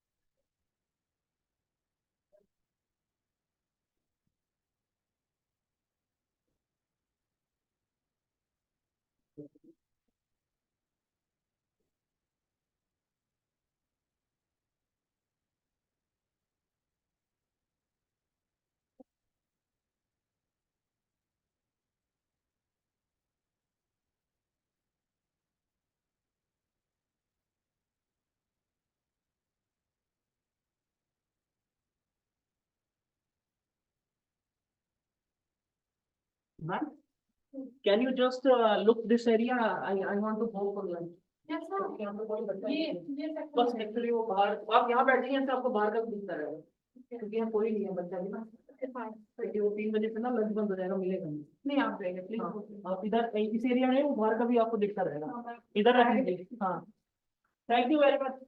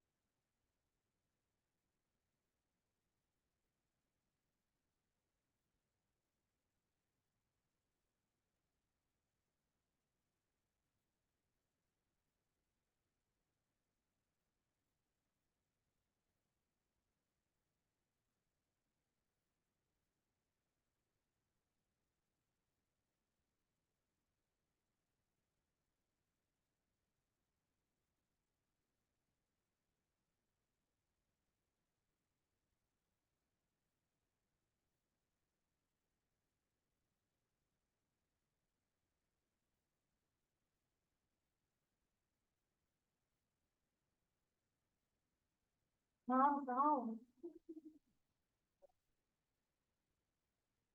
तो क्या खाए? कहाँ?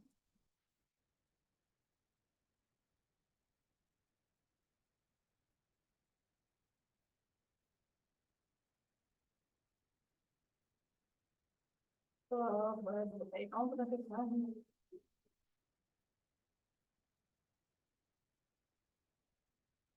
वो नहीं खर्चा करना चाहते हैं। 1000 कैसे जाएगा? हम्म? हम नहीं तो सब नहीं देंगे अभी। जो 200 रुपये का जो उसने एकदम सुंदर सा बनाया है ना।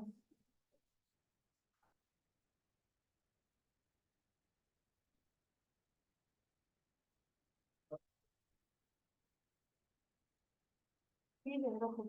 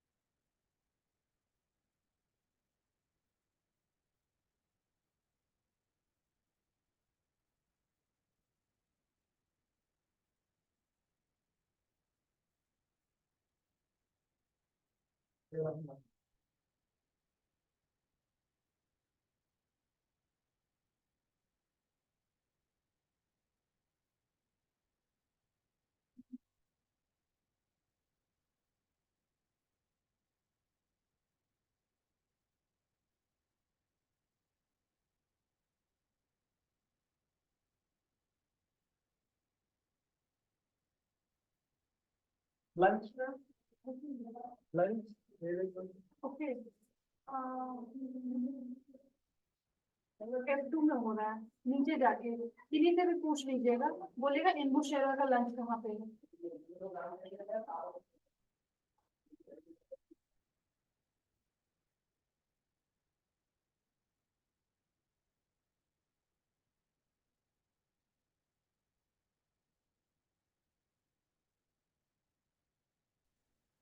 Hello. Hello. Hello. Am I audible?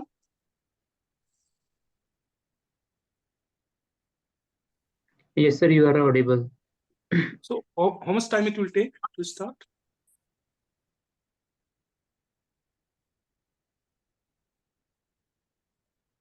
I'm asking how much time it will take to start the session?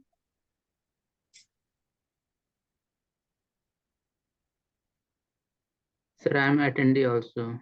I don't know. Okay. Okay. No one from the organizer side?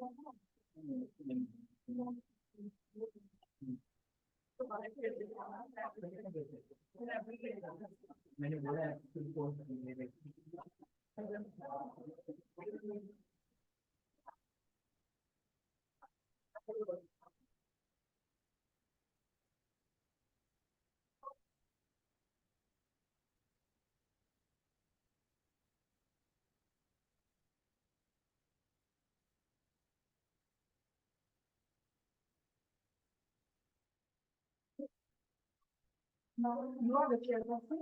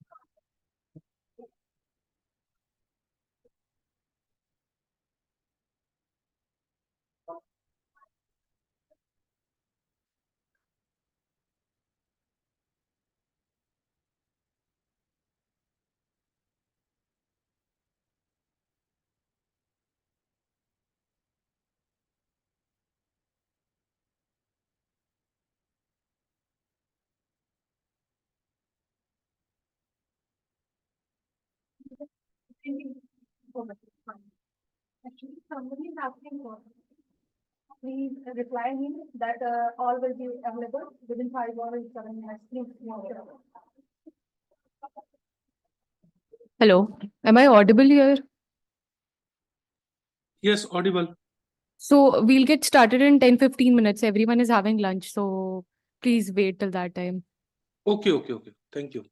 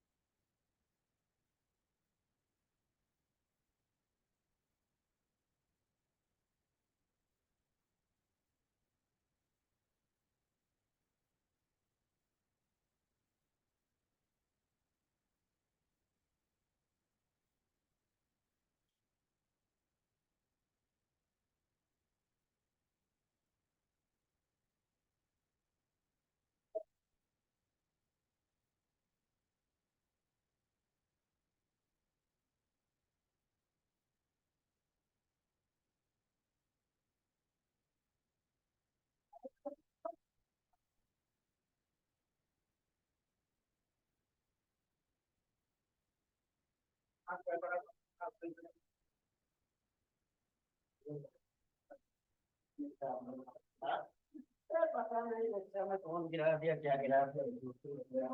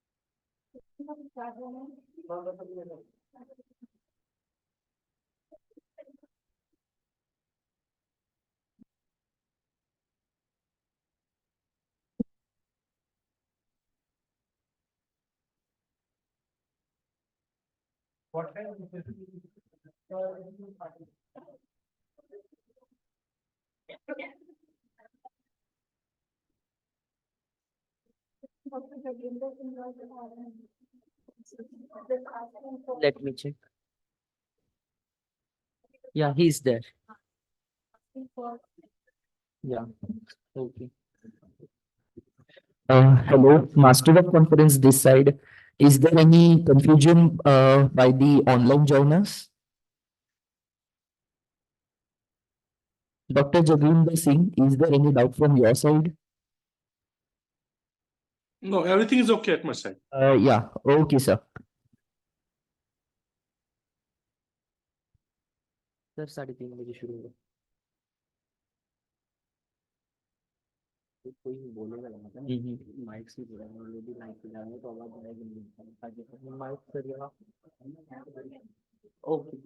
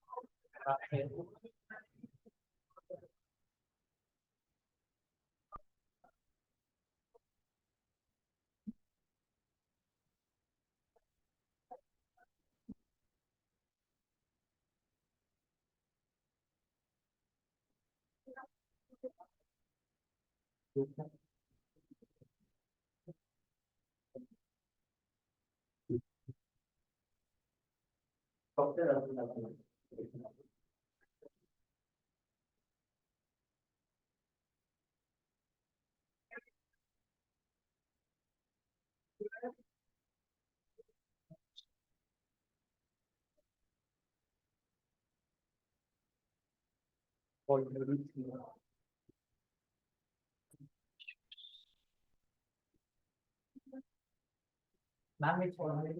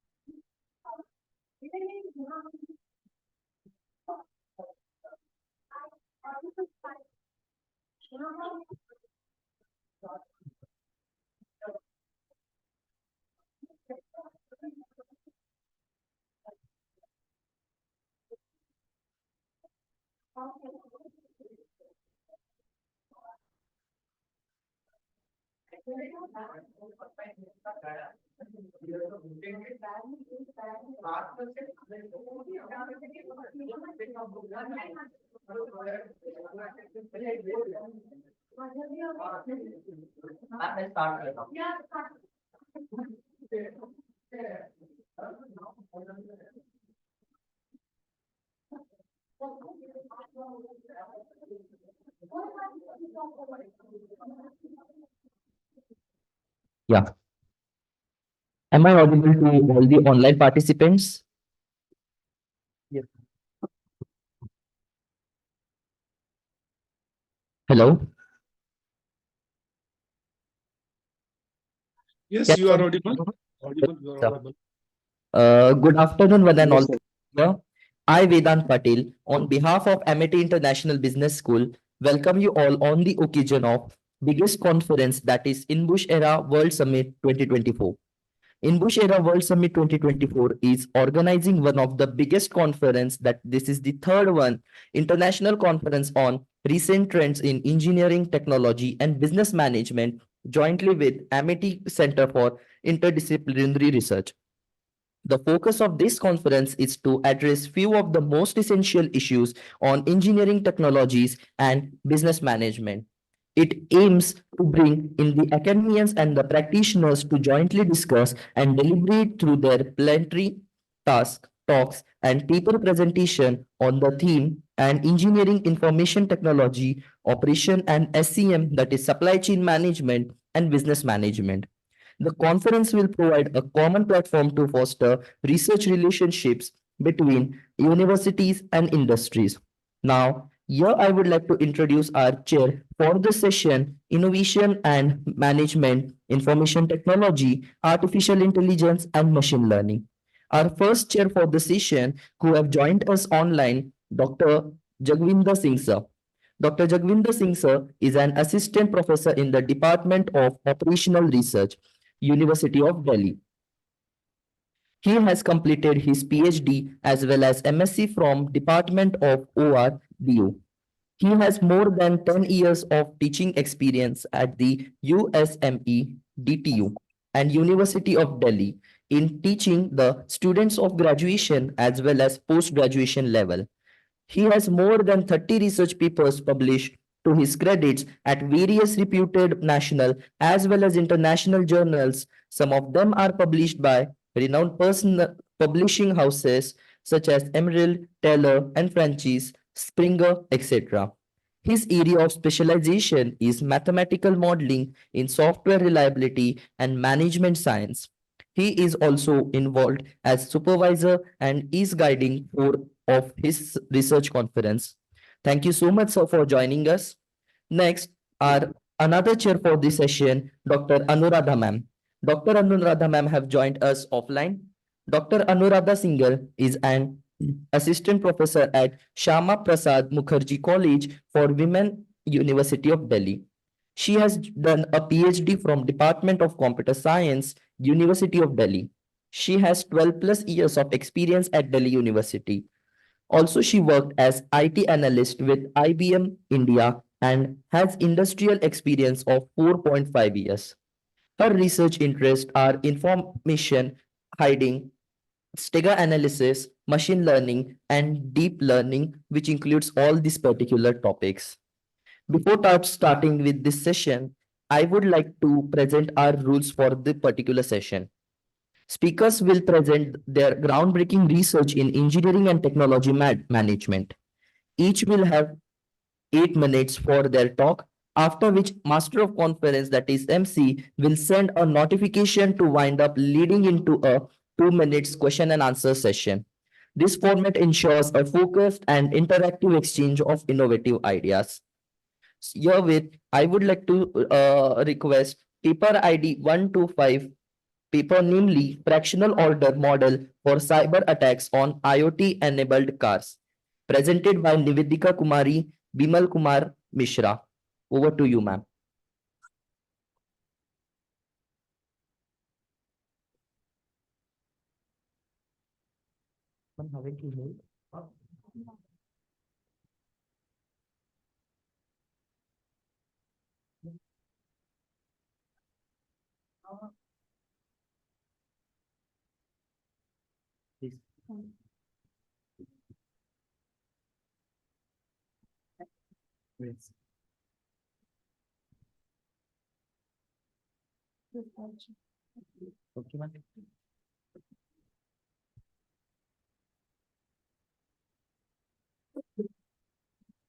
You start? Okay. Good afternoon, all. Respected chairpersons, I, Nivedita Kumari, a research scholar from Vinoba Bhave University, Hazaribagh, Jharkhand. My topic title of my paper is Fractional Order Model for Cyber Attacks on IoT-Enabled Car. Here is the table of contents and the abstract of the paper. Let us come to the introduction part. As we are living in the world full of IoT devices, IoT. Not shared. Okay. The online chair can see the screen.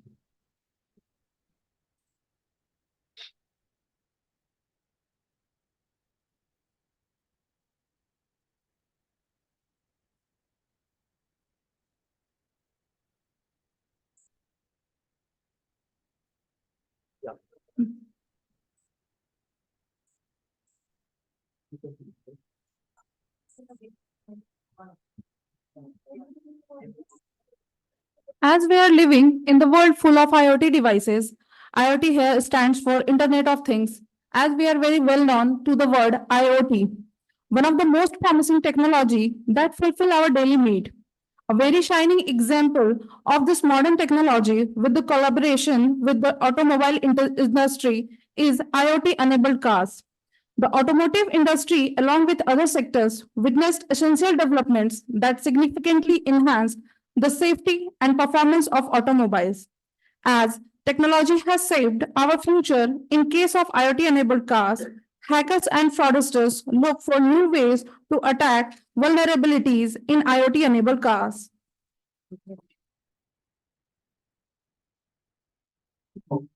The majority of contemporary automobile models incorporate many technologies that may introduce novel security vulnerabilities and serve as potential avenues for attacks. These technologies include mobile devices, Wi-Fi capabilities, remote control functionality, tire pressure monitoring systems, infotainment systems, USB ports, Bluetooth technology, and the OBD2, the onboard diagnostics connectors. Criminal find the GPS records of intelligent car owners and attack them. In these cases, it has been found that the cyber criminals chase the records of VIPs, persons of important persons of national security, the military, and the other important persons of for their desired job. Consequently, there is a surge in cyber attacks targeting IoT-enabled cars.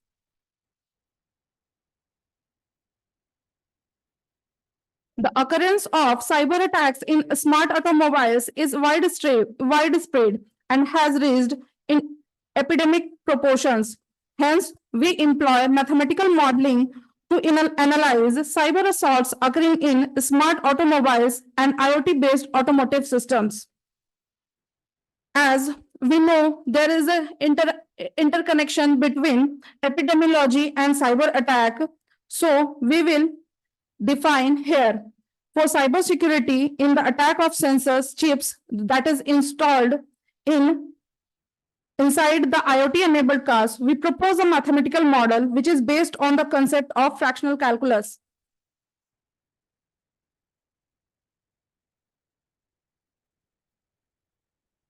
In the realm of mathematical modeling, the fractional derivatives has emerged as a powerful tool to describe and understand complex phenomena. The reason why we are using fractional derivative instead of ordinary derivatives, the simple answer is fundamentally and mathematically, if we talk about this, ordinary derivatives as we use first order linear differential equation for modeling these types of problems.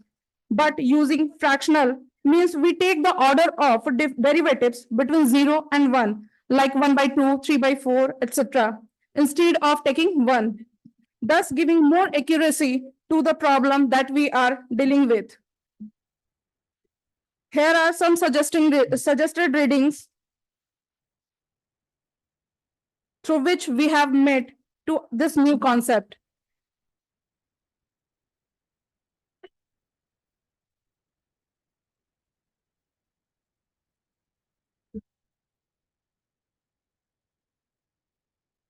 Let us come to the formulation of the fractional order epidemic model.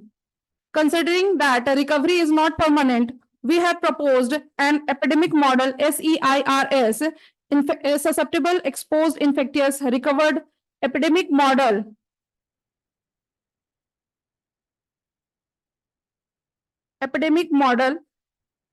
And the total population NT is categorized into 4 parts, that is susceptible ST, exposed ET, infectious class IT, and the recovered class RT. We have used the Caputo fractional order rho for the formulation of fractional order epidemic model. Thus, a Caputo fractional order SEIRS model is represented here by the following nonlinear fractional differential equation, which is given here. Here are the parameters of the model. The total population is given by the equation 2.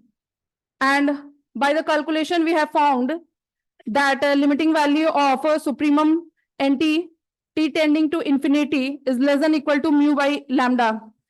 This result has been done by considering an initial value problem and using Laplace transform and inverse Laplace transform for fractional calculus, and also using the sum properties of Mittag-Leffler function.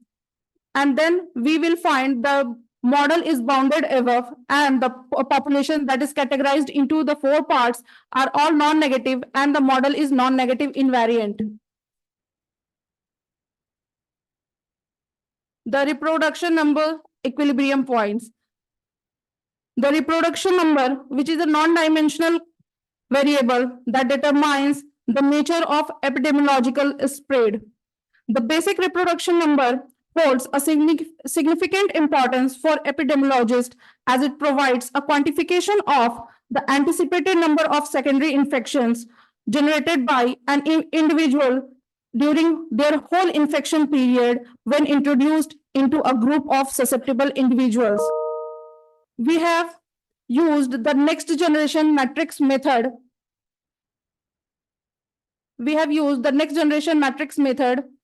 And find the reproduction number is as. This is the disease-free equilibrium finding by equating all the equations that has written in the system 1 equal to 0. An endemic equilibrium. We have proved the local stability of endemic equilibrium by using fractional Routh-Hurwitz criteria for fractional order system. And for global asymptotic stability, we have constructed Lambda function and proved it by Lazale invariance principle. The sensitivity analysis has been done for the model parameters.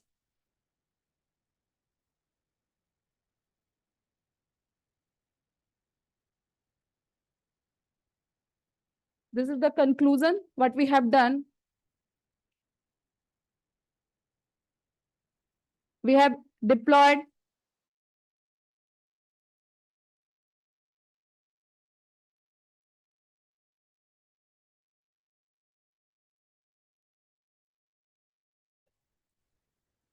Thank you. Nivedita, Yes, ma'am. shall I ask the questions? Yeah, ma'am. Am I audible? Yes, ma'am. Well, this is a nice work which captures the, IoT-enabled data from the cars. Can you please highlight which type of data was captured through IoT sensors? When you are calculating these features like susceptibility, reliability, Yeah, ma'am. accuracy, what type of data were you actually Actually, capturing? I have considered the susceptible population as the chips and the Bluetooth devices which is installed in the car system that makes them smart intelligent cars, and we have taken that population of smart cars as a susceptible population. Then attacking behavior, it may be ransomware, it may be some other. How will be ransomware connected to the cars? It will be only be connected to the owners through their bank accounts. No, ma'am. You can see the very much example of AIMS Delhi, New Delhi. They have hacked all the data and found criminals simply they have chased the records, and they found all the 4,000 patients.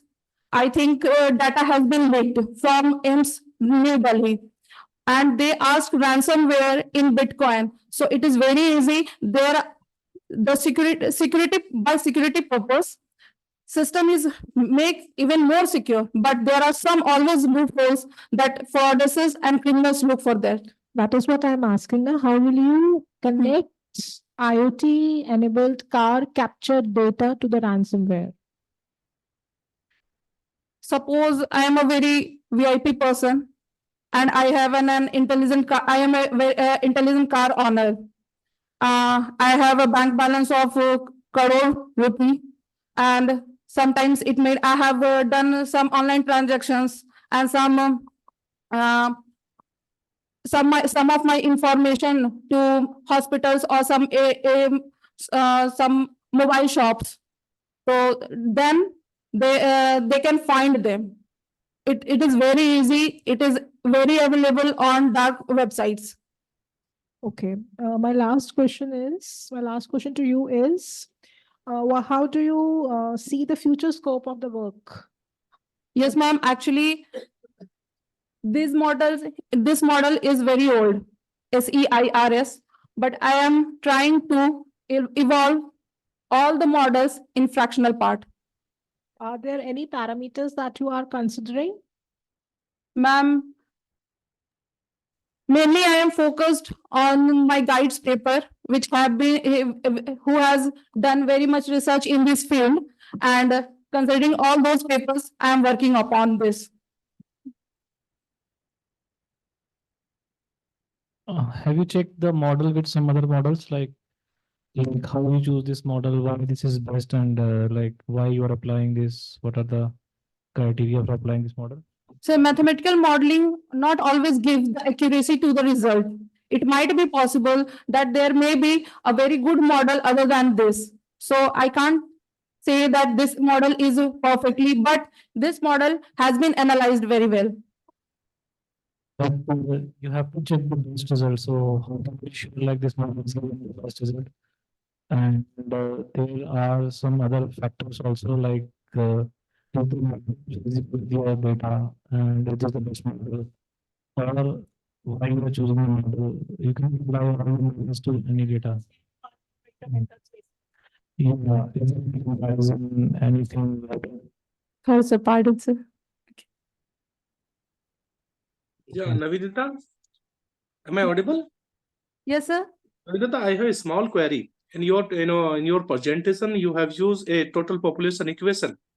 Yes, And sir. that you have used various mathematical notations like S of t, E of t. What are Yes. the meaning of these notations, and why you have put non-negativity restrictions on these notations or variables? Okay, sir. I have done all the mathematical formulations in my paper, but I have represented here only the results. That's why it is very. No, I'm asking what is the meaning of these mathematical notations. S of t is denoting what?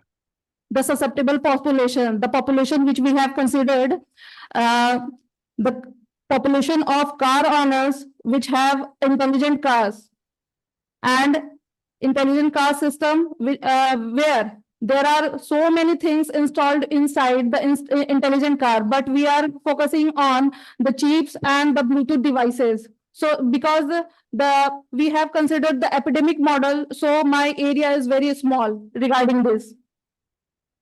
So S of T is non-negative and restriction. What is the Yes, sir. interpretation of that? Yes, sir. What is the interpretation of that? Is S of T our variable or notation is in a non-negativity, non-negative in nature? Yes, sir. What is the meaning of that? So it is simply that you can see the if we take the susceptible population is equal to 0. Population can never be negative, and is equal to 0 is meaningless. So that's why we have taken the susceptible population greater than 0. And then, Zero. and Zero then greater than 0. yes, sir. No, greater than 0, not greater than or equal to 0, sir. And other exposed population and infectious class population and recovered class population, we have taken greater than or equal to 0, because in absence of illness or in absence of any cyber attack, it will be 0. Okay, thank you. So now I would like to invite other participants and paper presenters, if they want to ask any query and they want to give any suggestion or feedback, they may ask. Any query from the participant sides? Okay, sir. Thank you. Thank you so much, ma'am. Next paper ID 4949. Paper title WADER RF VADER Malware Apps Detection System by Manish Verma and Parmanand. Requesting sir to kindly wind up within 5 to 7 minutes. Good afternoon, all. I'm Manish Verma from research scholar from Sarda University. My research title is WADER RF, a malware app detection system. So,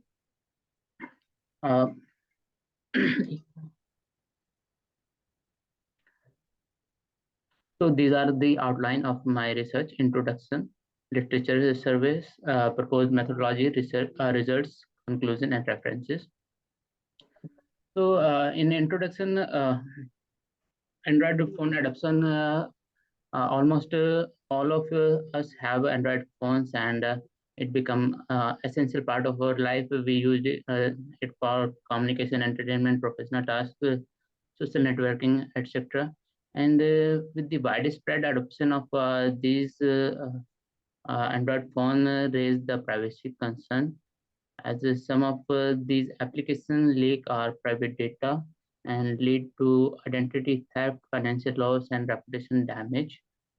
So the leakage of sensitive information without the user consent is known as privacy leakage. And to combat with this, Google implement the permission-based system requiring user to grant or deny app permissions. The permissions are outlined in each app's privacy policies.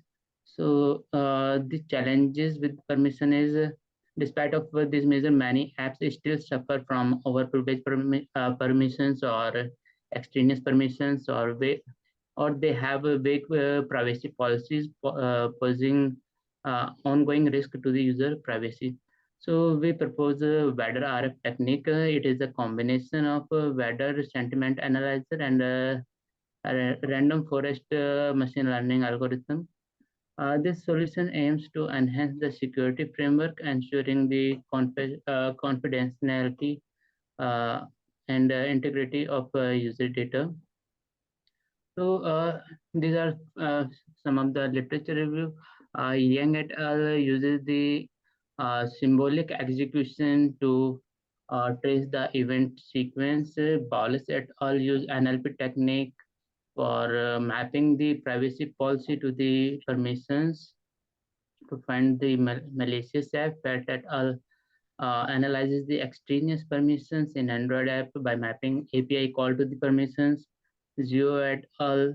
Solve this problem by identifying the minimum number of permissions required based on the description of API. mainly he is trying to remove the extraneous permission. Then Verde Rame et al. In their research found 95.4% of apps access personal and sensitive information, and 1% apps fully complies the Google Play guidelines. Proposed methodology. Before I explain my algorithm, there are some terminologies that I want to explain. First one is the Android permissions. So Android is before when we create a Android app, we we use Android permissions. So Android has defined three type of permission: normal permission, dangerous permission, and signature permissions. So normal permissions, the permissions with the little risk or no risk are the permissions, and when any app want to access data or perform any action with minimum risk, the normal permissions are given to them, and system provides the normal permissions. Dangerous permissions allow access to the sensitive user information like contacts, camera, calendar, location, etc. Signature permissions are granted by the system at installation time for apps that have the same certificate signs. Examples are bind autofill service, bind input method, etc. So we have three types of permissions in Android. Then each Android application have their privacy disclosure, in which they define what the information an app will collect, how this information will be used by an app, what information app will share. So here we have an example, one paragraph from the privacy disclosure. We are not collecting your date of birth, phone number, name, or other personal information, nor those of the contact. This app synchronizes all birthdays with your contact list and Facebook. Third one is the static analysis for analyzing the Java file statically. So we perform here information flow analysis, and we analyze the Android API requested by or used by the APK or the Android programs. Location API used get latitude method, get longitude method, get last known locations. So these methods of location API will access the locations information. Telephone manager will get the device ID and device information. So using this information, we can create a information flow and analyze their flow from source to sink. Fourth one is weather sentiment analysis. Weather sentiment analysis is a lexicon-based, rule-based sentiment analysis tool for analyzing the sentiment of a sentence. So words like love, enjoy, happy, these words are taken as positive, and if they contain did not or negative words before them, they are considered as negative. It also understands the emphasis of capitalization and punctuation, such as enjoy. So these words are defined in a dictionary, and this dictionary will help us to analyze this dictionary help in measure the sentiment. Then fifth term is random forest classifier. This contains several decision tree on various subset of a given data set and takes average to improve the predictive accuracy of the data set. Instead of relying on one decision tree, random forest takes a prediction from each tree, and based on majority of votes, predicts the final output. The reason why for using the random forest classifier, it take less time in training as compared to other algorithms, and it predict output with higher accuracy even for larger data set or missing data. It runs efficiently. This is our algorithm. So we first one is so Android manifest file contains Excuse me. the Hello. permissions, and we extract the permissions from here and find the normal and dangerous permissions. Second one is privacy document, and from privacy document we use weather sentiment analysis to find the sentiment of the document. And third one is the Java file, from which we extract the information flow and create the call graph. And we using these inputs, we apply these inputs to the random forest classifier, and this classify the app in benign or malicious, if the app is benign or malicious.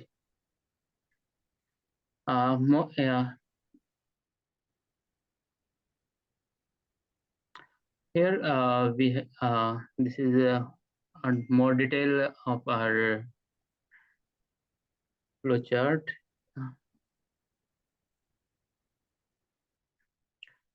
So this is the snippet of Android manifest.xml file where permissions are declared. So normal permissions and dangerous permissions were extracted from this file, and this is the snippet of code from privacy disclosure, and we apply the weather sentiment analysis, and these are the results. And here we have a snippet of code of Java file where main function contain different functions, and information flow is analyzed from there, and a call graph is prepared from this information flow. The input is all the three input is given to the random forest classifier to classify it between benign and malicious app. So these are the results. Here we did the analysis that which are the permissions more mostly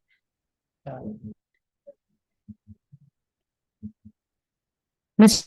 Can you hear me? These are the frequency of the features. Those were mostly accessed by the apps. So socket is mostly accessed, and IMI are the highest features that were accessed by the all the apps. And below here we have correlation between sentiment analysis,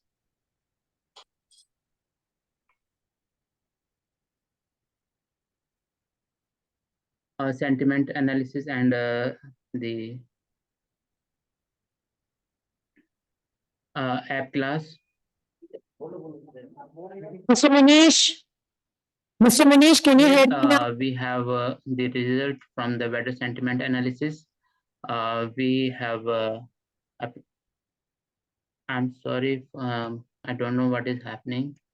Again and again, it is. Mr. Manish. I'm sharing my desktop. So here we have a paragraph from privacy disclosure. हम कुछ नहीं कर सकते हैं वो बेचारा खुद Kindly give the permission for screen share. Mr. Manish, can you hear me now? Am I audible? सब कर दिया है पोस्ट को भी मैं Ma'am, we can hear you, I'm but I think unable he is to not. share my screen. IT people are there. Ma'am, yes, ma'am, I am here. We can hear you, ma'am, but I think he's Mr. not Manish is listening not us. able to hear us. Please help us. Not listening us, ma'am. Yeah, he is not listening to us. No, he is not able to listen us. Yes, ma'am, but I can hear you properly, ma'am. It's fault from my side. Okay, तो आप इनको ऐसा करिए आप इनको leave कर दीजिए. Yes, ma'am. That's why I stopped his screen now. I had stopped. Okay, thank you. वो बेचारा confused है अभी भी. Yeah. Now moving to our next presentation, paper ID 75.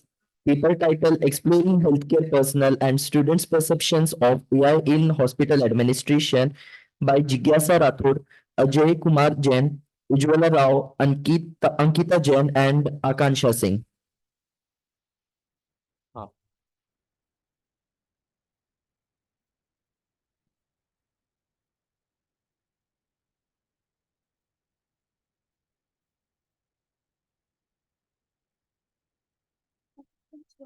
Yeah. Online. Is the screen shared? Is the screen shared? I don't think screen has been shared.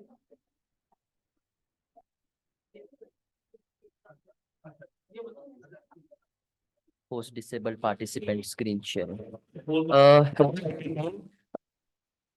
Please allow to share this. Not try, please. Yeah, thank you. This one, right? Yeah.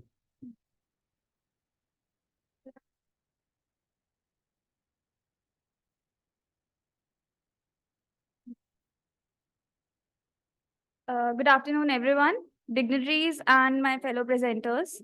Hi, I'm Jigyasa Rathod from Amity Institute of Public Health and Hospital Administration.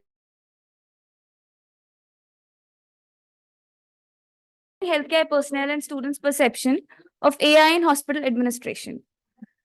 So just a brief background and introduction, since we're seeing how rapidly healthcare industry is growing. So it is expected that by 2028, it is expected to grow by 19%. And so is the market for artificial intelligence when it comes to healthcare. It is expected by 2030 that it would be a $187.95 billion industry. So we are growing and we're currently in the era of GPTs. We're all using it, we're all seeing it, and so is the healthcare industry. Now, it is expected that healthcare industry is being revolutionized by the implementation, incorporation, and adaptation of AI, right? So my major concern is that when we go to our hospitals in India, we do not see a lot of it. We see at some places like chatbots for appointment scheduling, and maybe at some places for the detection or understanding some symptom checker, or even in radiology for image detection. So as IBM said in their recent report, that there will probably be more improvement in healthcare for less effort by applying AI to health administration. So my research objective is to assess the knowledge and perception of healthcare personnel, that is hospital administrators and the hospital administration students who will be the administrators of tomorrow, about AI utilization in hospitals. A brief methodology, our study design is descriptive cross-sectional. The study population we took is in two cohorts, 150 of hospital administration students and 150 hospital administrators. Materials we used was a structured questionnaire on 5-point Likert scale, and the data collection process was an online questionnaire format. The questionnaire was open for 6 weeks of time. For data analysis, we used SPSS version 29. Now, these are the results for knowledge parameters. We can see here from the table that the t-test results for all of these parameters come out to be negative. Since our group 1 is the hospital administrators and group 2 is hospital administration students, for patient care coordination, clinical management, claims processing, clinical documentation, and medical record management, the students are more positive and they are more aware that AI could be used for these areas. When we compare it with the personnel who are currently working, since they do not see a lot of usage or they do not work with it at present. While the last question here about current market scenario and job market, the students believe that the job market for administration is increasing, since we all saw this rapid rise during COVID-19, where hospital administrators were required to manage the entire system, manage the bed assignment and everything, right?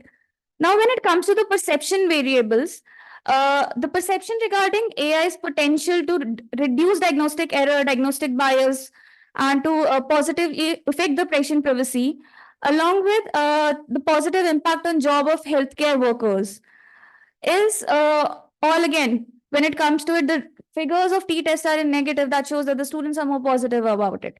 While we look at the variable where it says that healthcare would take away the humane value that the healthcare industry is so well known for, the t-test results are positive.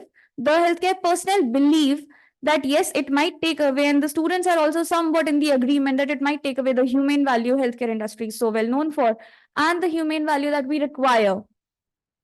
So this is one area of concern that I believe we should look after when we go ahead with the further research. And when we look at the last parameter, that is, would they like to work with healthcare AI? The students are more agreeable compared to the personnel. However, when we look at similar studies that were conducted by other researchers, for example, the study conducted in 2022 by Sebastian et al., they said that 90% of the healthcare personnel, mainly their physicians, were more inclined towards working with it. Now, this study was conducted in US. A similar study conducted in UK by Simon in 2020 showed that 79% of healthcare personnel, physicians, doctors, and nursing staff, they were more into or more inclined towards accepting AI for healthcare purposes. But when we look at the results from our study in Delhi NCR, India, we see that the results are completely opposite. Our students are more inclined towards it compared to the personnel. However, we believed initially that the people who are working currently in the industry, they might be more aware, they might be more concerned about the usage. So my conclusion and discussion point would be that students, however, do embrace the potential of AI since we're all growing up with it. But while personnel, they express the cautious optimism, the concern, and emphasizing the need for an ethical AI development. At present, we do not have any ethical AI guidelines specifically to hospitals. The only guidelines we have are by ICMR for healthcare research. So the food for thought or takeaway message, or maybe the future research implications would be that we work on a model or a parameter that would enable the healthcare workers to be more aware and more accepting of the AI. Yeah, thank you. What kind of parameter do you foresee in future would be helpful in AI, in exploring healthcare through AI? My first area would be that we need to educate and train them. At present, when we look at actual use, despite AIMS Delhi being the center of excellence for artificial intelligence in healthcare, it does not have seen a lot of development. Last year, we again, as ma'am pointed out during her presentation, there was a cyber attack, a ransomware. So post that AI Center of Excellence was told AIMS, then there are a lot of hospitals in India that are using AI, but they're only using it for image recognition or radiology image testing.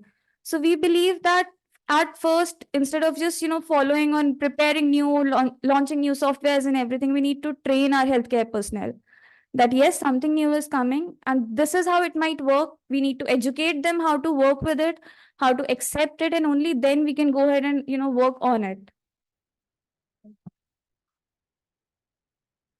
Do you think so? The paper supports the research. Like this seems to be a naive research idea applying t-test on some data. Yes. I don't think so. Like the research is sufficient to publish the paper because we don't need such papers to publish because you don't have much contribution in the research. Like No experimental work, basically. Yeah, so that would be the next step. Since I'm a PhD scholar, what I'm working on currently is to develop a technology acceptance model that is specifically focusing on AI in healthcare administration. If you want to apply AI in healthcare, apply large language model. You can apply Azure 3.5 GPT, and you can apply Google models and compare these models. Applying t-tests won't give anything in your PhD. No, sir, what I'm working on is a technology acceptance model. I am a healthcare student. But you see on net, you already have t-test applied by many research on the same topic. Have you seen this thing on internet? The studies that are very similar to this do not compare both students and workers. Like I have not seen any papers that you have shown any research required. I have not included the literature review slide actually to So is cut short this. the research work that you want to? Sorry? Is this the research class? Yeah, this was so since I am working on preparing a technology acceptance model, one parameter of it is the perception, perceived ease of use, perceived usefulness, and attitudes towards using. For that, I first wanted to understand what was the perception at present and where could I go further with it? What parameters do I need to include for it under those variables? What are those parameters then? Again, ma'am, that's I mean, there is no inference on what are the parameters that needs to be worked. You said one parameter. Of course, there are a lot of work going on in image classification and in medical imaging right now. But what apart from the images that you really need to, explore?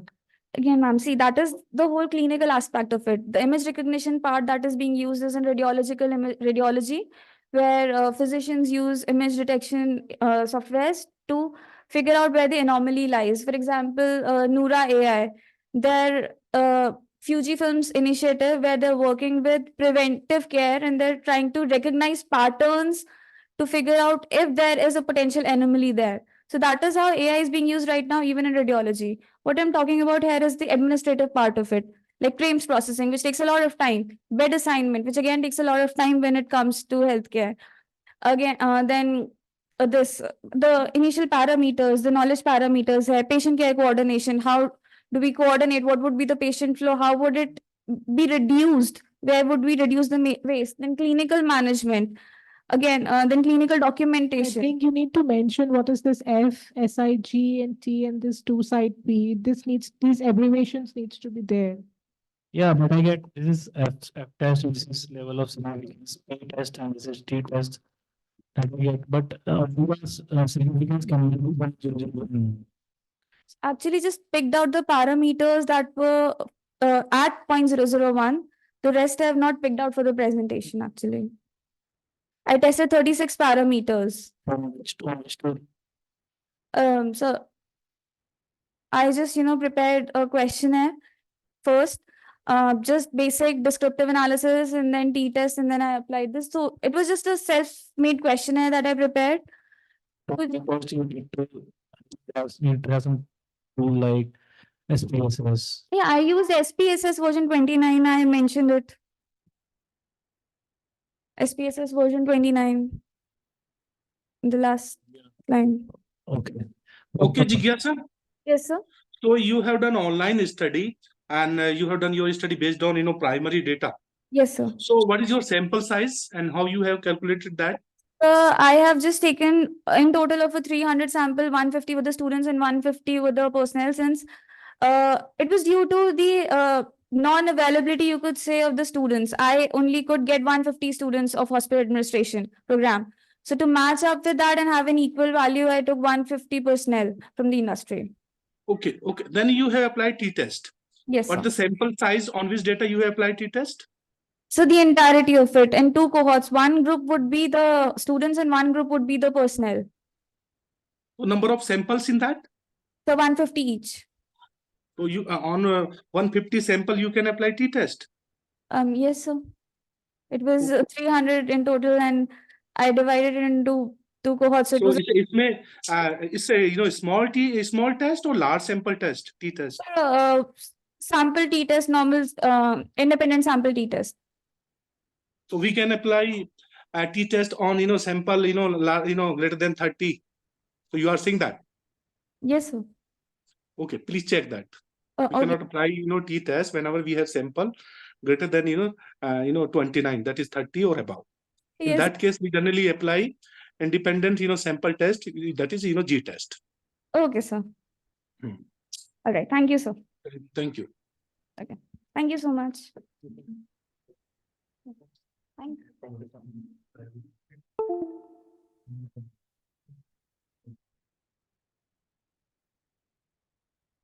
Thank you so much, ma'am, for the wonderful research.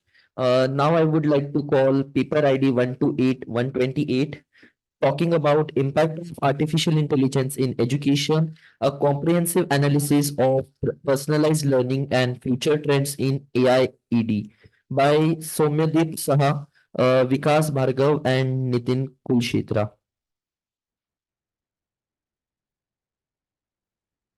Good morning, everyone. Good afternoon, everyone. I, Soumyadeep Saha, and my partner Vikas Bhargav, and are going to present our research paper on the topic Impact of Artificial Intelligence in Education, a comprehensive analysis of personalized learning and future trends in the field of AIED. So our paper basically investigates how artificial intelligence impacts education across various aspects, including personalized learning, student engagement, and the future direction of AI-enhanced education. Our paper aims to examine how AI tailors learning experience, evaluates its effects on engagement and academic performance, and predicts upcoming trends in the field of AIED. Subsequently, the study also assesses how AI influences student engagement and academic performance, highlighting tools such as intelligent tutoring assistants and chatbots to enhance. Am I audible? Hi, can you repeat Yes, sir. it? Hello. Hello, I'm Yes, sir. yeah. Directly switch to the word about like contribution for resources to record the can you directly switch to that? So couldn't hear you properly. Can you directly discuss the work? Sir, requesting you to directly switch to your work. Okay, okay. Okay. Okay, so the objectives of our study are basically to investigate the role of artificial intelligence in personalized learning, to know the impact of AI on academic performance through student engagement, and to anticipate the future trends and development in AIED. So in this research paper, we have considered the research gap that many studies have looked at how artificial intelligence affects education, but there is still a big gap in research. This gap is about fully understanding how AI impacts personalized learning, student engagement, and academic performance, and what the future of AI in education might look like. Most studies just focus on one part of AI in education, like personalized learning or academic performance, but we need more research that brings all these parts together to see how AI really affects education overall. Also, not many studies have looked into what we can expect in the future of AI in education. So we just need more research that looks at all this in different parts of AI in education and what the future might hold. So this will help us better understand how AI can change education and how we can. So in research, so talking about our research methodology, we have taken in total of 21 literature reviews, out of which we have only considered to present here 5 literature reviews, which we feel that they are important, and we have also collected responses from students and faculties, which is in the ratio of 80 to Sir. 20. 80 Hello, and am 20. I audible? Sir, since you have identified the research gap already, can you please skip this and directly come to the methodology used? Yeah, ma'am. Uh,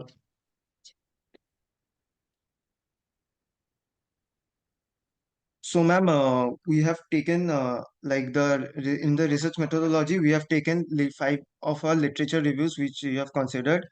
So they are basically in the literature review by Mu Putra Pratama in the year published in the year 2023. This research basically indicates that AI can enhance students' learning experience by tailoring the learning process to individual needs, increasing engagement, and improving overall learning outcomes. It is also noted in this paper that AI can aid in personalizing learning, provide timely feedback, and facilitate access to a wider range of educational resources. In our second literature review by Rain, Nitin, and Chaudhary, and the literature review basically explores the integration of You, sir, arts. requesting you to skip the literature review and present the model which you have used. Okay. Yeah. So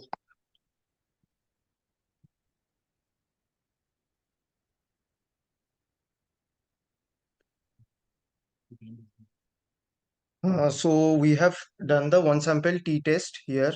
So in which the there is has been a we have taken a sample of 100 people. So there is, as there you can see the confidence level of 95%. in the 95% confidence interval of the difference. And the significance one-sided p is which is less than 0.05. And now talking about the analysis of the study, the analysis of this research indicates how artificial intelligence has been a beneficial impact of personalized learning, student engagement, and academic performance. Regarding personalized learning, the study reveals that AI effectively tailors learning experiences to suit individual student requirements and preferences. The statistical analysis demonstrates the significant support of this finding with values below 0.001, which we just saw in the previous slide. For all relevant statements, respondents generally agree that AI contributes positively to personalized learning. In terms of student engagement, the research highlights AI's positive influence on students' active involvement in educational activities. Once again, the statistical analysis underscores this trend with p-values below 0.001 for relevant statements, indicating a consensus among respondents regarding AI's beneficial impact on students' engagement. Sir, apart from this statistical model, can you think of any other machine learning model that you could use in the future? No, ma'am. Till now, we haven't found any of such, but Any future scope of work that you will consider for this, for your improving impact of AI in education sector?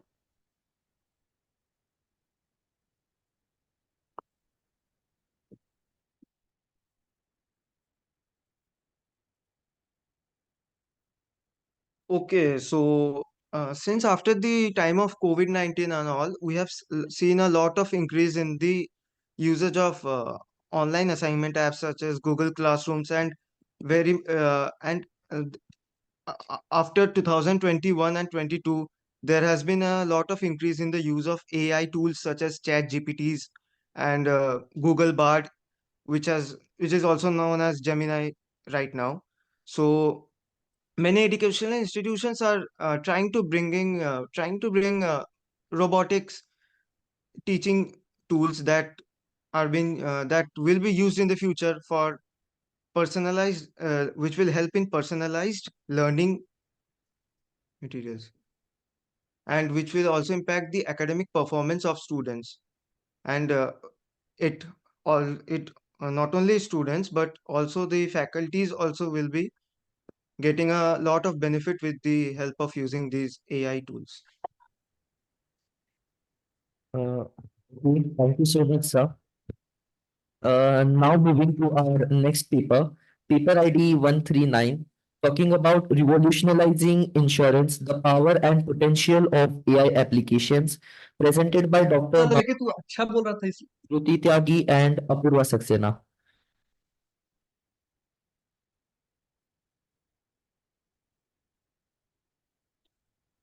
Requesting sir to remove your screen sharing.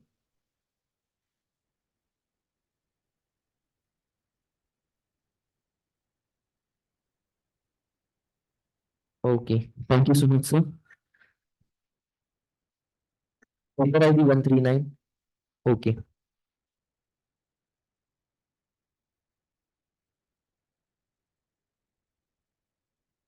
Good evening, everyone. We, Shruti Tyagi and Apurva Saxena, student of Christ, deemed to be University, Delhi NCR, along with one faculty, Dr. Bhavna Sharma, is going to give presentation on the research paper titled Revolutionizing Insurance, the Power and Potential of AI Applications.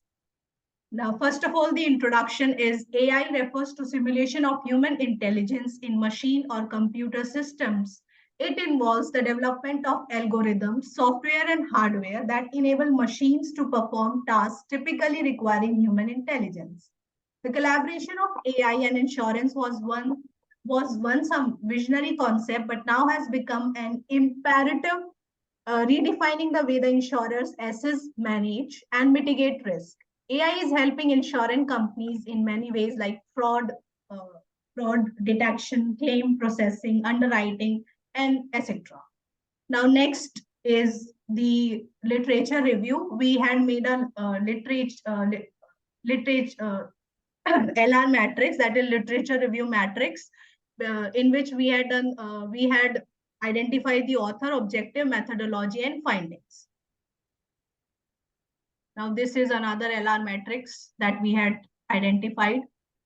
And the research gap is that limited study. The topic revolutionizing insurance, the power and potential of AI applications is the study on this topic is very limited. So we had chosen this topic as our topic, and it has not covered all aspects.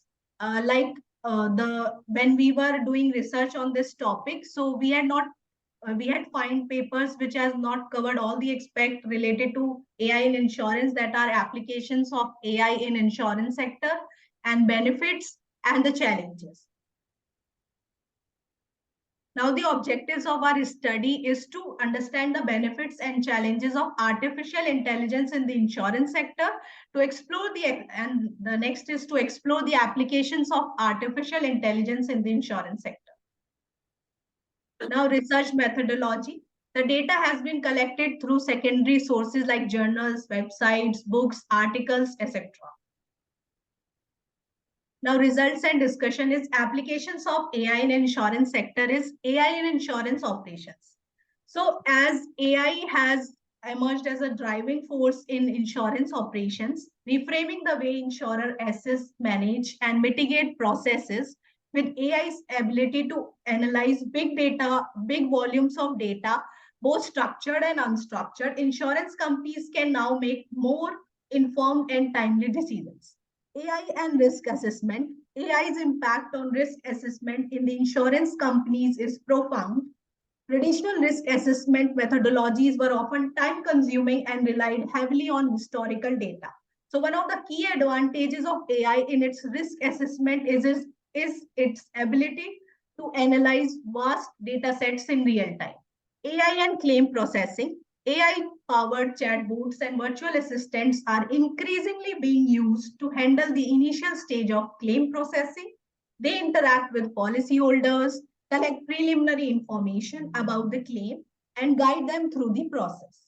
AI and underwriting. AI-driven underwriting facilitates the creation of highly personalized insurance policies. Policies can be tailored to an individual's or company's specific profile, ensuring that premiums match closely with the actual risk faced by the policyholders.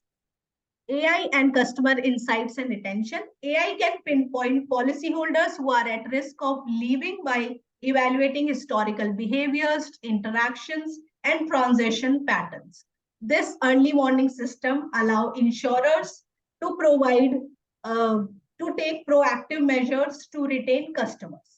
Now, furthermore, will be told by my teammate Apurva Saxena. Over to you, Apurva. Now talking about the benefits of AI in insurance sector. The first one is faster claims and reduced workload. So AI has brought very faster claims and reduced workload in the insurance sector. The companies that are there in insurance sector are able to get faster claims, and the process of collecting data, as there is a very large data which are there present into the insurance sector, has been able to reduce because of AI. Now, second point is personalized premiums and accurate risk models. AI has brought some. Am I audible? These benefits are really good to hear. But can you please tell us what is your contribution in exploring how AI has affected insurance? Yes, ma'am. During our research, we were able to know what are present there. As we have mentioned, it is a limited study, but we were able to know that in future there can be more number of advancement into AI related to insurance sector, and that can be present in future period. Is this a survey paper? Sorry? Is this a survey paper? No, ma'am, this is not, this is an descriptive paper, chapter based. Ma'am, actually, there was a very limited study that the insurance sector is not aware of the applications of AI, its benefits and challenges. So we had come up with these three main objectives What to. is your contribution in them? Please, can you tell us that? These three are, but these three, these three faster claims and fraud detection are the already the applications that we are aware of. Any your contribution you have developed for these, or what is your contribution in this particular field or in this paper? Ma'am, actually, we had done a conceptual study on this. So descriptive analysis we had done. Okay. Can you please directly come to the conclusion of your this thing then? Yes, ma'am. So, to conclude, overall, AI has brought a lot of change into the insurance sector, which mainly comprises of in fraud detection to improve risk and to customize the data. And there are still some hurdles which a insurance sector is facing, but despite of these hurdles, the insurance sector has been contributed to advances technology, and in further timeline AI will help to have a customized operation in the insurance sector, which will be further promising. Thank you, ma'am.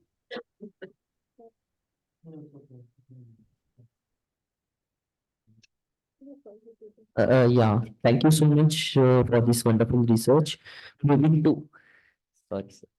Moving to our next paper ID 150, mathematical model on cyber attacks in satellites, presented by Malti Kumari, Bimal Kumar Mishra.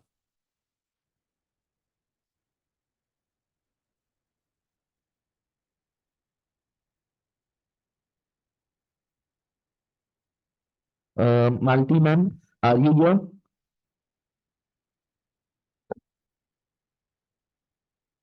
Hello. Yeah. Okay, moving to our next paper ID 20, design and implement an efficient network instruction detection system by enabling a best machine learning algorithm by Ganesh Dondu Dhungat.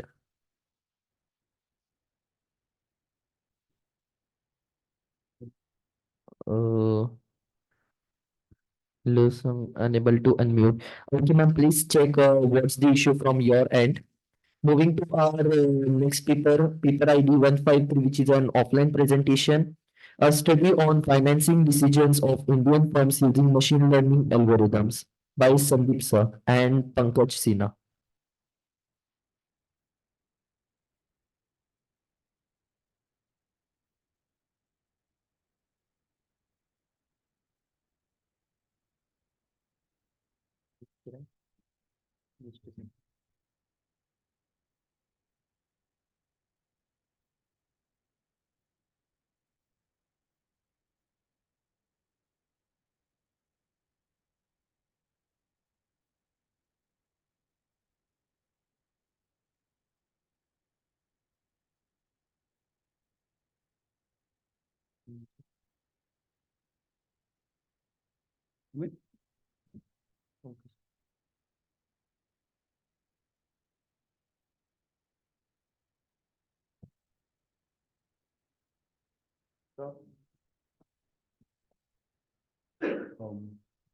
Good afternoon, sirs and madam. Today I'm here to present one of my paper.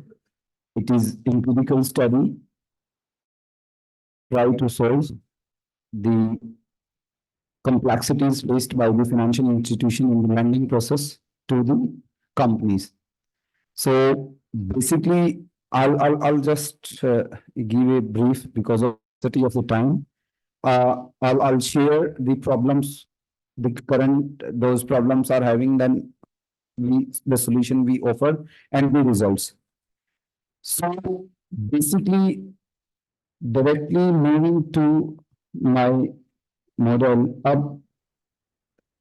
here in the literature, it is given so many studies have been done by the researchers to explain what are the factors that are affecting the lending process by a bank to the companies. So there are so many factors which come up by the empirical research. Those are considered by the empirical studies. And then there are some common factors. For example, that if we are having more collateral, then we will be able to get more funds from the banks. If we are having more funds, that means we don't need funds from external sources. So we will be able to finance our project using own funds. So there are so many factors, those were there, but again, the consensus was not there on few factors, that what are the prime factor that may define whether a company will get loan or not. So in this study, we have taken probably all the factors, those were explained in the literature, that may affect the lending recognition of any form, and then out of them we have selected the main factor that would affect the lending and borrowing provision of a fund by the bank. So in the literature, each study have identified some of the factors, whether starting from 1952 to 2023. So each study had found some of the factors that may affect the lending and borrowing provisions. So on the basis of the literature, we have taken whatever the factors they have found, we have included all the factors to define the lending and borrowing provisions. First, we have taken the loan amount, that is first is the long-term loan, second one is short-term loan, and then we have whether all the factor, whether the ratio of depreciation to the total assets, again, profitability, collateralized size of the firm, then market value of the firm, then free cash flow available in the firm, stock market development, banking development, FPI, current bank balance, and whatever factors were taken by the previous research, we have incorporated all the factors, and then after we have introduced based on machine learning. First, we have in the first part, for selecting the factors, we applied rig, lasso, and elastic net. These are the basically list absolute shrinkage and selection factors. So what we did, out of so many factors, first we found which are the most important, and then we found what is the relationship between these factors and to the lending and borrowing position. So this is the crux of our story. And for this, we have taken data of 132 companies, covered 132 companies, and the data starting from 1999 to 2019. We didn't take data after this because of the COVID impact, because during the COVID, the lending and borrowing positions not based on the previous factors. The banks were on the welfare, providing loan to the firms on the basis of welfare. So based on this, we again come up with the equations. So using these two, we designed these two equations where in the OLS, standard OLS, we added some bias. So we introduced some bias we added some bias to reduce the overall variance of the form. So based on this, we found that here there were 3 errors in equation 3, 4, and 5. So here we can see by this graph that when the error was maximum here, so all 20 factors were important, but when we again it increased this bias, only some factors, that is 9 where factors were only important to explain the long-term loans of any firm. In the same case, we will see the 9 factor come up with with explaining the short-term financing. Then thereafter, we have the factors. When we other studies considered the same model, the whole studies found all the factors important. But here we can see that when we analyze the least important factors, most of the factors out of 22, 11 factors change to 0, and only 2 factors remain very significant. So thereafter, we checked the importance of our model, and we found that in out of this sample and in this sample testing we have given, we found that our model is able to explain approximately 90% lending function of the firm in case of long-term financing, and it is able to explain around 7% of the firm for short-term financing. So, this is that again, when first we selected the variable, and then thereafter we applied the logistic regression. In that logistic regression, we come up with the relationship, because before this, we say that there is a relationship, but was that relationship we tested using the machine learning method logistic regression. So by again taking the important factors, again we applied the logistic regression to both the models separately, and thereafter we come up with this result. So by concluding our results, we would see that these were the factors very important to explain the leverage or the loan process of a firm. So these are the factors that were important. So coming to the conclusion, we would say that the firms having more fixed assets in their capital in their balance sheet, having liquidity, having free cash flows, or having more size, or the firms having outsiders in their world of director. They tend to get the loan easily, whereas when the shares are led by closely people, they get it very difficult to find the loan. If the firm is having no profit or having no collateral in their balance sheet, they will face problems to get the finance. And then coming to the in conclusion, again, this is the unique work we did. And this is the first study in India when we have applied machine learning to explain the lending and borrowing conditions of Indian firms. And again, there are so many limitations of this. The other method of machine learning for this password elastic net, we can use the random forest gradient boosting machine learning network, and again excluding the COVID-19 period. And we also know the lending functions, and we just explain the publicly listed companies data available. So that was from our side. Yeah, that's what.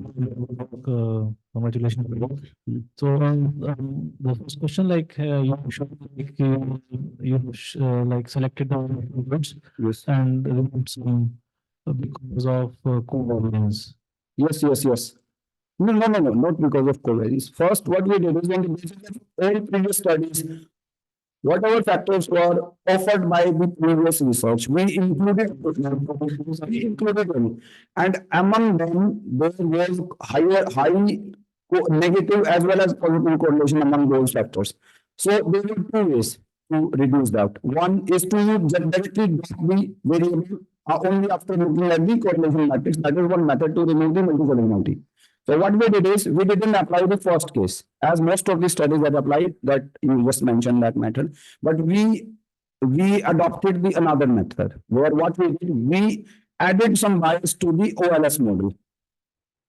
So we analyze those variables which are least important. So basically, it is out of 40 factors to have this parity.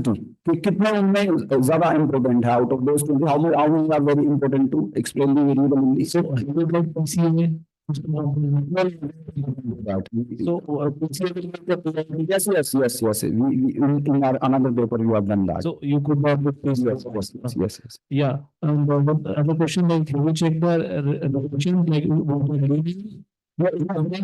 because we have divided our dependent variable into category. One is zero, whether a form is lowered or when unlowered, a form is having more zero. So our dependent variable is a binary variable.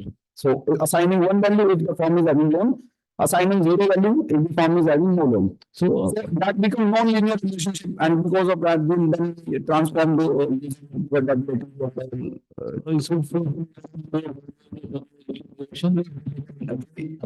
logistic regression for that. First, we converted that in linear. Yes.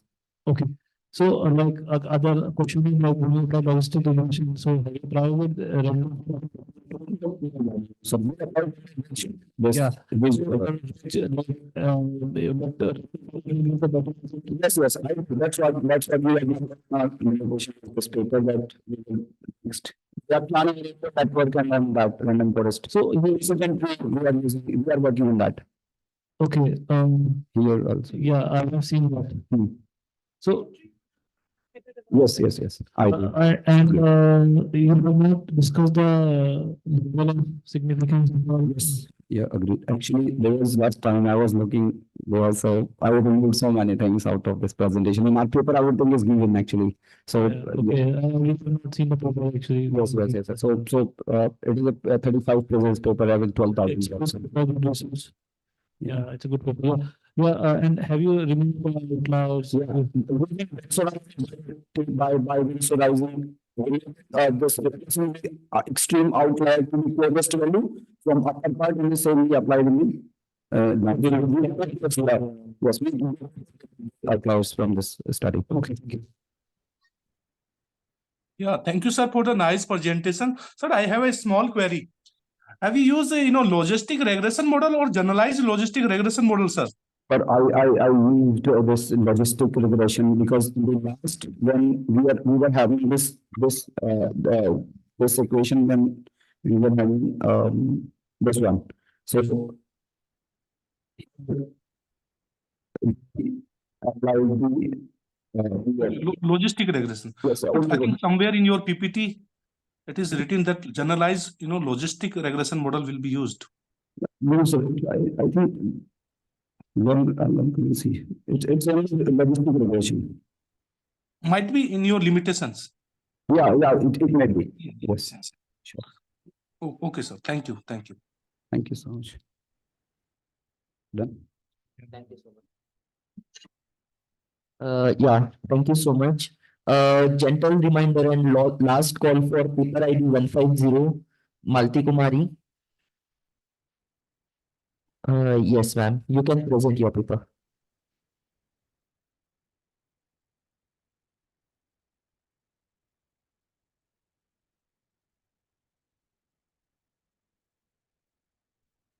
Ma'am, please share the screen.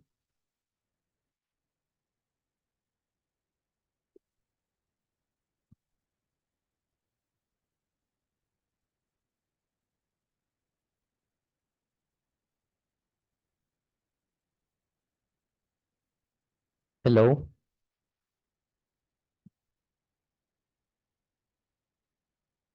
Ma'am, I think there are some issue at your end.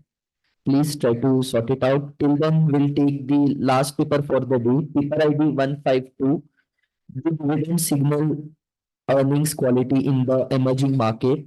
Large sample evidence from India by Pankaj Sinha and Amit Kumar.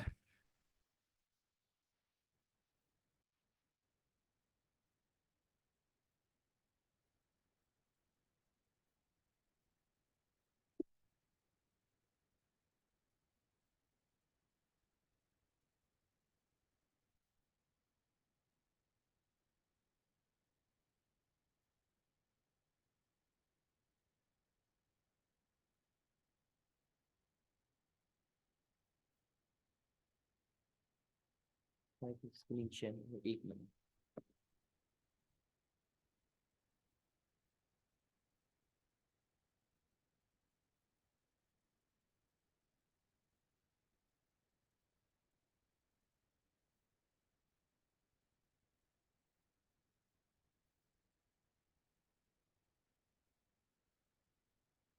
So, good evening, everyone. My name is Amit Kumar. I'm a PhD scholar at FMS, and I'm also teaching at Shahid Sukhdev College of Business Studies. So the title of my paper is "Do Dividends Signal Earnings Quality in the Emerging Markets? Large Sample Evidence from India." Now, the background of the paper is that dividends are a very common phenomenon, especially in the Indian markets, given the backdrop that most of the companies belong to the PSU sector previously, and PSUs are known for paying dividends, right? But slowly, after 1991, and especially after the new government came in 2014, there is a big push to the increasing role of the private sector, which are more towards fueling growth through retention of profits rather than paying dividends. But still, because a large influx of the Indian investors, the retail investors in the Indian market, what has happened is the middle class, they generally prefer to have dividends over retention of profits for the purpose of capital appreciation in future. So dividends, as we know, is a portion of the profits that is given to the shareholders in a particular year, but it serves as a multi-purpose tool. It just not is a part of the profit that is given to the shareholder. It also reduces the agency cost. That is, by paying the dividends, a large portion of the excess cash by the company is spent on dividends, and therefore it cannot be wasted on extravagant managerial perquisites, as well as it cannot be wasted in investment in the bad projects that can actually destroy wealth rather than creating wealth.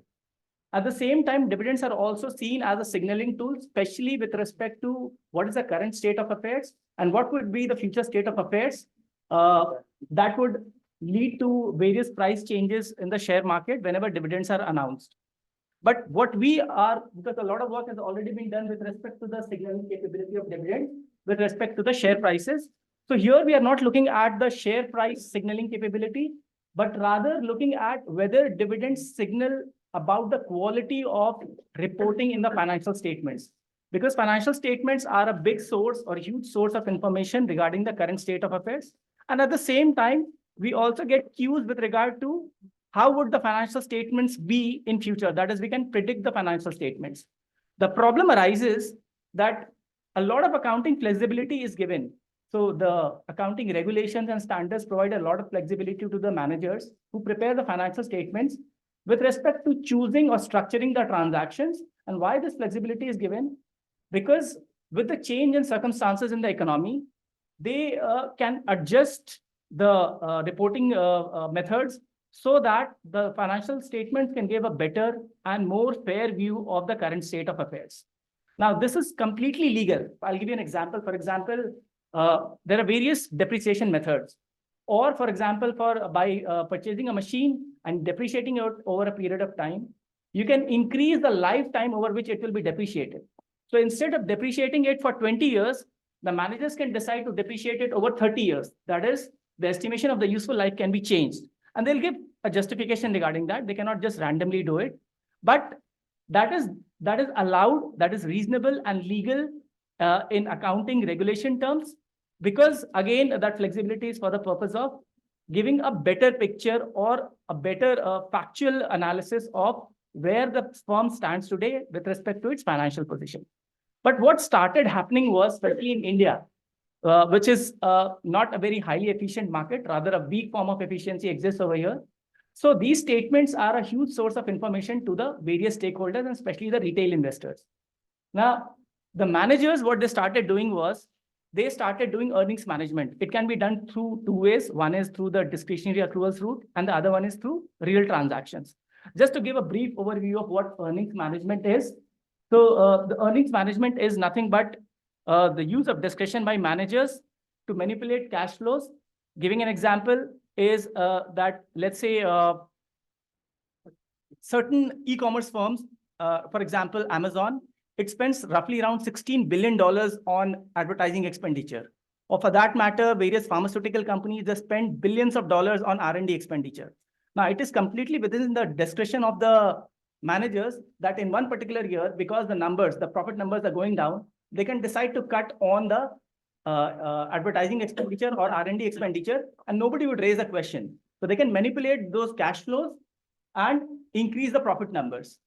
Similarly, the other way is to manipulate the numbers is through structuring the transactions and change the way transactions are reported in order to mislead some stakeholders about the underlying economic performance, that is about what is the current state of financial position of a company, and at the same time also influence the contractual outcomes of certain contracts. For example, in case of debt contracts, there are certain conditions that if the profit falls below a certain level, then the company will be not allowed by the creditors to pay dividends, at the same time not to go ahead with various investments. So it will become a hurdle for them to go ahead with the growth story. So therefore, in order to meet these conditions, they manage earnings, which becomes a manipulation only when they have certain motives. If it is purely from the perspective of giving a better picture of the financial position, then it is completely legal. But the moment these motives are attached to it, because they might increase or inflate the numbers by managing the earnings to get higher incentives, the managers might be shifting to another company. So they want to leave the company, the older company, at a higher number so that they can actually negotiate for a bigger package at the same time while raising share. So therefore, what we have done is, so in the past, a lot of reforms have happened, and to see whether these dividends actually indicate the earnings quality, that is how much earnings has been managed by a company. So we have used dividends as the independent variable, and the dependent. Before going to that, we have done a lot of literature review. Now, there was a mixed direction of relationship. Some said that dividends positively impact earnings management, and the rest of the study said that they found that dividends have a negative impact on earnings management. So because of the mixed direction, we wanted to plug this gap in India, and especially after the various reforms since 2014, to capture the signaling capability of dividends with respect to the earnings quality. So we have 5 objectives. So we have captured this relationship through various dimensions, which quickly I'll go through. This is the model. So first, we have taken the impact of the amount of dividends on the earnings management level. Earnings management has been measured through discretionary accruals-based models. So there were 8 models which we have used. So then we have taken the size of dividends. A company paying large size of dividends, whether they manipulate less or more. Then we have taken the continuity of dividends. Then we have taken whether a company increasing dividends, whether they manipulate less or more. So we have tested the relationship by through 5 dimensions, and our results suggested overall that companies paying large dividends, companies paying dividends continuously, companies increasing dividends, all of them actually indulge in lower level of earnings management with respect to companies which are on the other side of the spectrum. So therefore, we also have taken a lot of control variables. Therefore, the results were robust. And since paucity of time, so I'll quickly go through the conclusion, which is that firms paying dividends, they actually demonstrate a higher or a better quality of reported earnings. And therefore, the stakeholders can actually take this cue that a company paying dividends will come up with reported financial statements which are of better quality and which give a better picture of the financial position. Is this coefficient of distribution There. variable top coefficient? Your coefficient. Which slide? This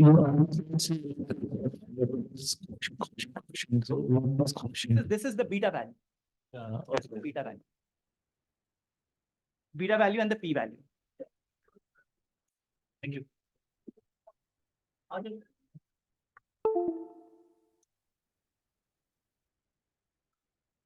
Thank you so much, sir, for your presentation. Welcoming Professor Ompal Singh in this particular session. Requesting all the chairs to come in front, Dr. Anuradha ma'am and Abhishek Srivastava sir. Request Professor Ompal Singh to facilitate Dr. Anuradha ma'am, chair for this session.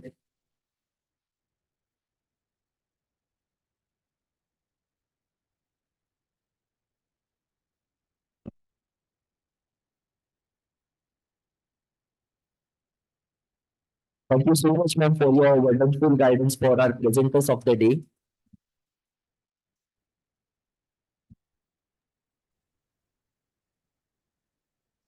Requesting Professor Ompal Singh to felicitate our another chief of the day, Abhishek Srivastava sir.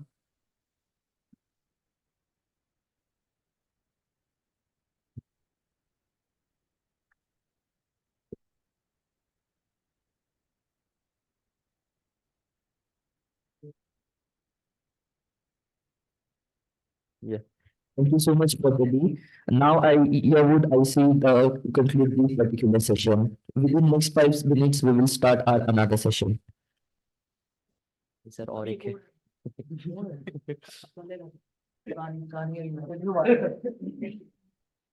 It's not for writing.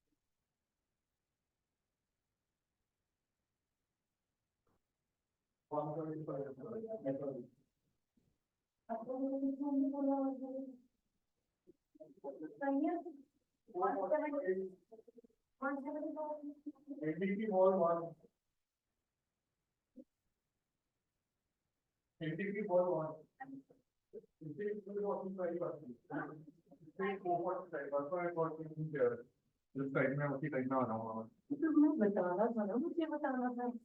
जब आप जैसे start होगा सबसे पहले दोबारा कर मारना।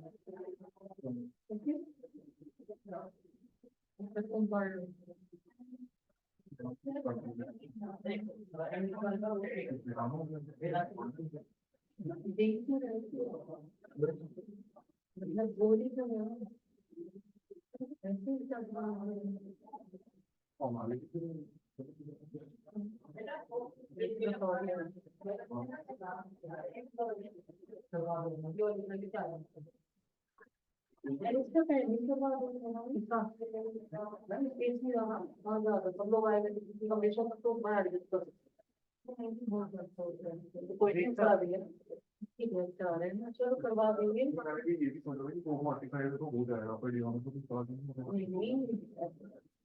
हमेशा तुम्हें पता है थोड़ा होता है ये तो आज तो हम फिर भी नहीं है कल सुबह कोई शोर नहीं केवल स्पीक करा कल सुबह कल सुबह सारी मैनेज कर लेंगे आप छोड़ दो लंच के बाद कर सकते हो कल लंच के बाद कर सकते हो 2 बजे 3 बजे तो उस टाइम शेड्यूल मैंने आपको भेजा हुआ है उसके अकॉर्डिंग लंच के बाद आप वो भी शेयर है ना उसमें आ जाए तुम जब भी आओ अगर अभी किस टाइम से हाँ अभी रुक सकते थोड़ी देर क्योंकि हाई 10 मिनट चलेगी इसके बाद ही हो पाएगा मैंने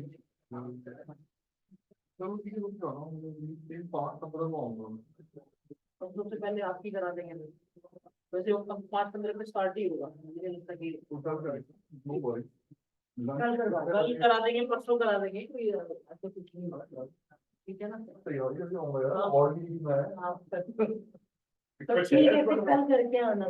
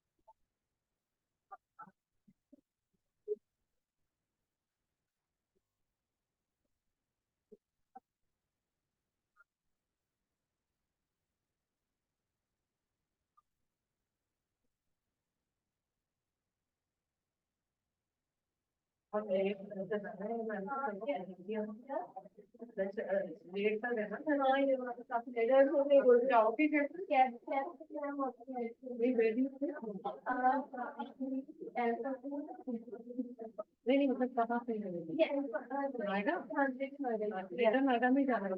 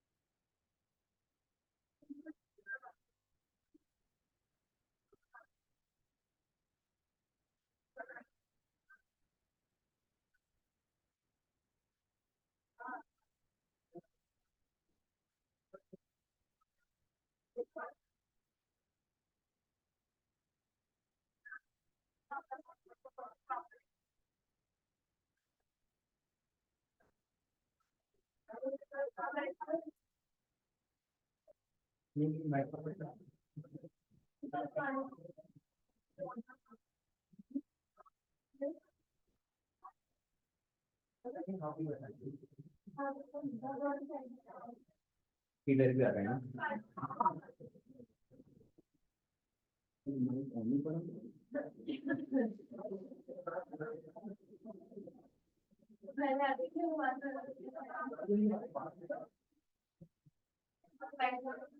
बैठो बैठो आप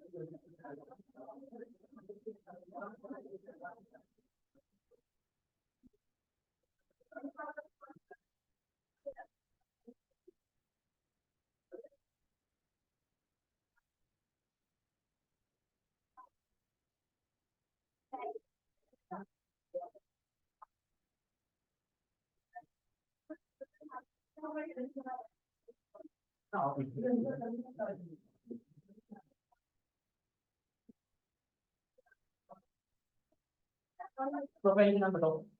4 से 5 बैठेंगे। हाँ फॉर श्योर सर, उससे ज्यादा टाइम ही नहीं है सर। हाँ 4 to 5 minutes and just show your object. Yes, sir. Yeah. Okay.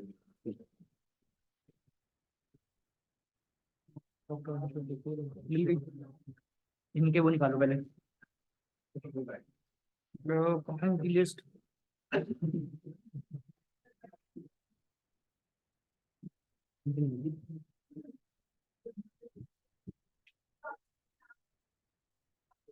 ये ना हाँ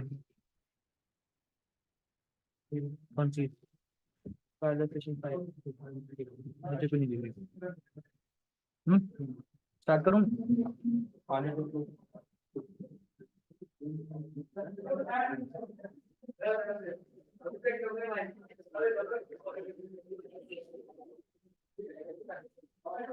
लास्ट को नहीं मैं बोल दूँ क्या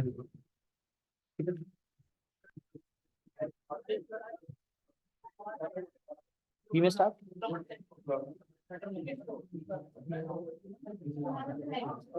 Achha. Vivek sir has told me to start the session. That's why I was asking. Okay.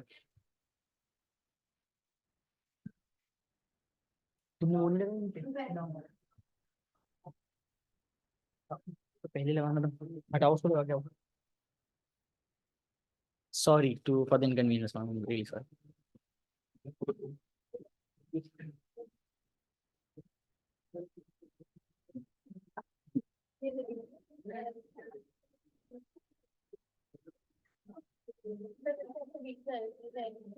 Good evening, ladies and gentlemen. So now we have come to the last session of the day. So I would like to welcome our chairperson, Dr. Anshul Tikko. Dr. Anshul Tikko is presently working as an associate professor at the Department of Computer Science and Engineering, Amity School of Engineering and Technology. Her research areas include soft computing, software reliability, modeling and assessment, machine learning. She is a lifetime member of the Society for the Reliability Engineering, Quality and Operation Management. She has also been conferred with Significant Contribution Award in Confluence 2012. She is on a review board for various journals and international conferences. I would like to call Mr. Saksham to introduce the next chairperson.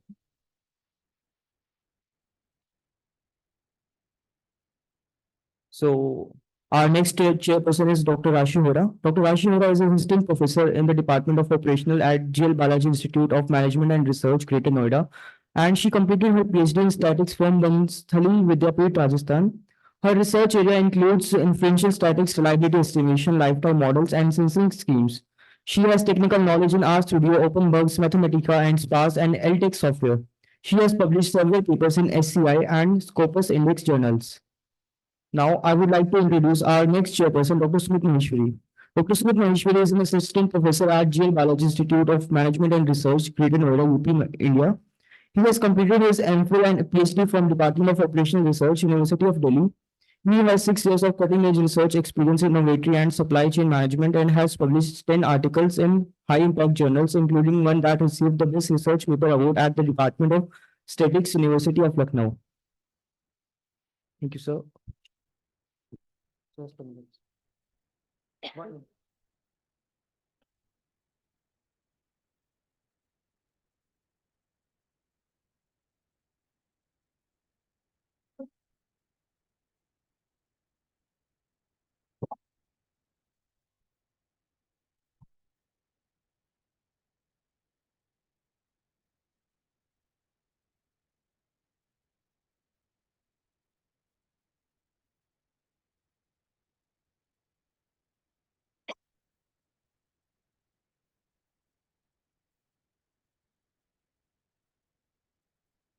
आप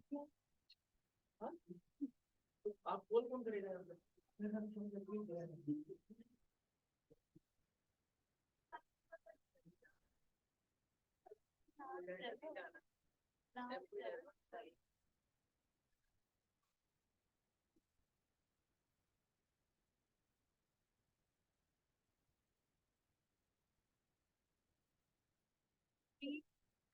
Three organizers and 5 online.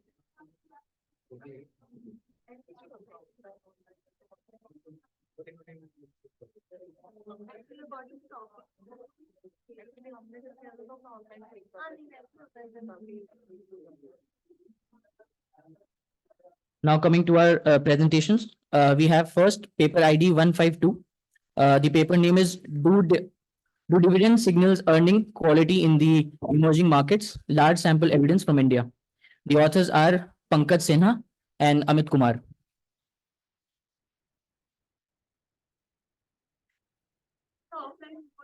Yes, ma'am. I think they are not present here. And okay, so as they're not present here, now I'm gonna call the next paper ID, that is 151. The paper name is Effectiveness of CSR Initiatives with Brand Loyalty and Sustainability of the Organizations. The authors are Vanshika Jain. Ma'am, are you present?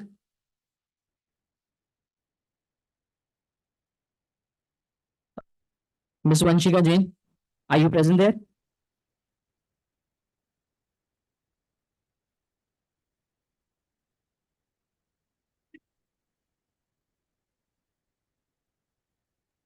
No, she's not here. As she is also not present here, so we have to move to the next paper ID. The paper ID is 147, and the paper name is Revolutionizing the Finance, a Comprehensive Analysis of Digital Banking Adoption and Impact. The authors are Dr. Gopal Krishnan and Dr. S. Vinod. Very good evening, all of you. Hope I am audible to you all. Yes, This sir, is you are Gopal audible. Krishnan. Yeah, Gopal Krishnan from this side. Can I proceed, sir? Yeah, you may proceed, sir. All the best. Yeah, as mentioned in the introduction, just my study is looking on this digital technologies, how far this has played a role in banking sector. See, you look at the evolution of digital technologies as revolutionized the banking sector, enabling customers to access financial services with greater convenience and efficiency. When you look at the users of digital banking services all over the world, we know very well India is among the top. So while looking at spread and adoption, wherein if India is having a kind of, very well, we are in the different set of population like rural and urban. When you look at urban population is, then even rural population is more than urban population. But according to the RBI data, we found that the utilization of digital finance is still there is a spread everywhere people are using it. Still the utilization of the digital finance is not spreaded equally. See, according to, as I said, according to RBI data, if you look at the urban side, there are about 68% of the users are familiar or are regular in using digital finance, wherein it shows 45 in rural area. This made us to think of how far we can look on that, how this has happened and what kind of adoption is happening here and how there is an impact, how this adoption is made and how this has impacted the user's life in terms of trust and satisfaction. Just we have started using the TAM model. Hope you know very well about the model, technology acceptance model, which we have taken as a foundation of this study. And we have wanted to test our variable here, trust and satisfaction. So you know very well, TAM is part of, perceived PU, perceived usefulness, perceived ease of use, intention to use, all the factors. Along with, hello. Am I audible? Yeah, sir, audible. Yes, sir. So your objective and research gap and finally conclude our presentation. Yeah, sir. Thank you, sir. Thank you. See, our objective is that, sir, very simple. Just we want to know how far this spread is happened and how this adoption is happened all over the world, all over India, especially in the area rural. Where, yeah, please, sir. Presentation is not visible for audience. Slides are not visible. Yes. So can I call you? I am sharing it, sir. If you don't mind, I'll share it again. Sorry. No, slides is visible. Please share your screen full view mode. Okay, I'll make it. Thank you, sir. Is it appearing? It's taking time, it seems. Maybe network bandwidth. Yeah, is it appearing now, sir? Is it fine with you? Yes, now it is visible, and please Yeah, sir. research Yes, sir. gap in continuation. Yeah, our gap is that now how far this spread is happening, why this is not spreaded all over India, and how far this made people uses trust and satisfaction. This is our factor. To get to know the trust and satisfaction, we have used three variable like perceived usefulness and perceived ease of use, intention use. This is the parameters which we are using under TAM model, which is a proven technique which has been used for technology acceptance, right? So, and we have taken study, just we have started with gathering, we were planned to start with 500 surveys, and after collecting all the data, we were able to find out 360 as a fully completed responses, which have been used here for our analysis, which is covering 72% of the response rate. And we have tested with SEM model. We have used AMOS here. And this is, if you look at this outcome, everywhere just we are able to exceed 0.60 as a benchmark according to the author's suggestions, and various what I call parameters have been tested by various factors, and we were able to approach and what I call achieve all the constructs above 0.60. And if you look at our model fitness, right, just we are able to obtain this value which is appearing here, and with this we are able to test the hypothesis which we have framed, which you can see in the previous slides.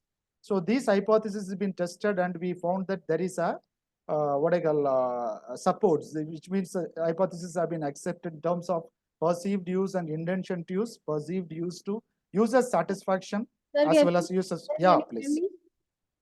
Yeah, I'm able to hear you, ma'am. The Please. composite reliability. Please. What is the composite reliability? You mentioned in the tables, na composite reliability. Yes. Just to know the reliable composite, so how far this testing instrument is reliable. And Kronberg Alba also we have used here. This is to test the validity of the instrument which we are using it. And have you calculated the adjusted R square value?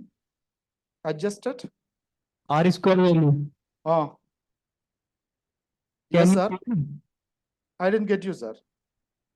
Have you calculated the adjusted R square value in the model? Yes, sir.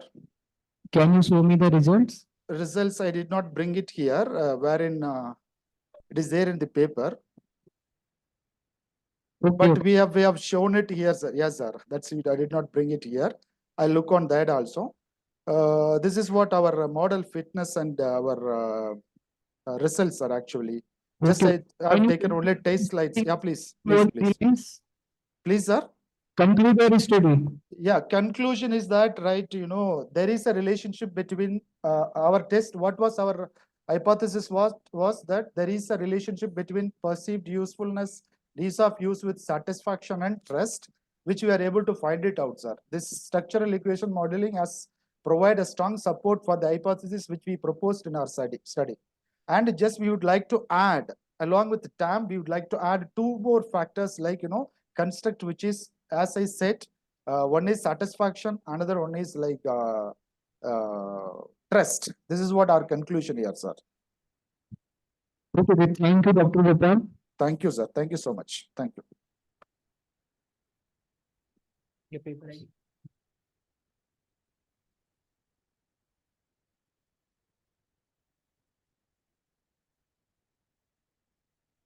Thank you for the presentation, sir. Any questions that you would like to ask? Moving on to the next paper ID, we have a 178. The paper name is Challenges to Auction on Cloud Platforms, Blockchain Enabled Solutions. And the author is Shraddha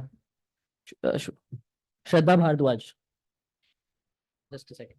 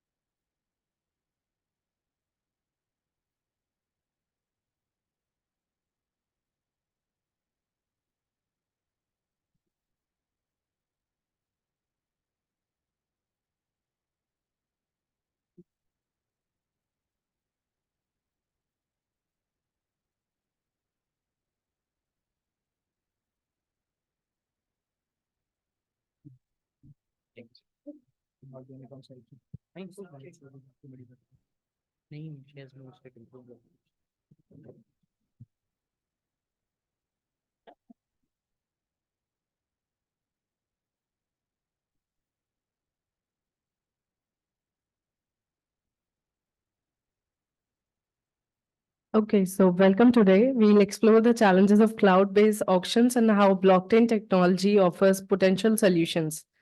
By leveraging decentralization, security, and automation, blockchain can revolutionize the way we conduct auctions, fostering trust, transparency, and efficiency. Next.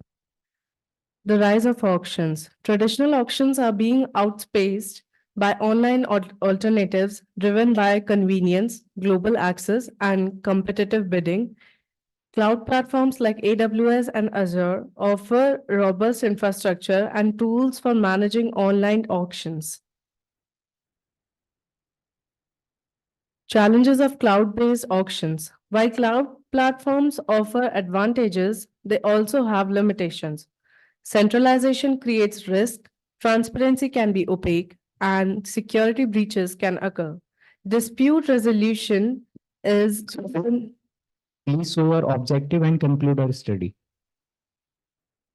Just go on your objective and research questions and finally conclude our study.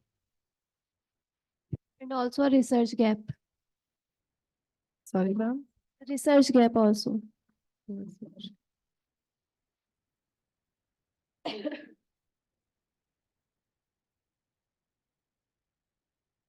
So this is the objective, blockchain-powered solutions for secure and transparent auctions.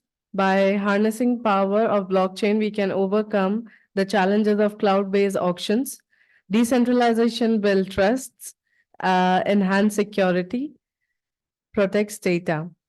Smart contracts automate processes and streamline efficiency, while scalable platforms can handle large-scale auctions effortlessly.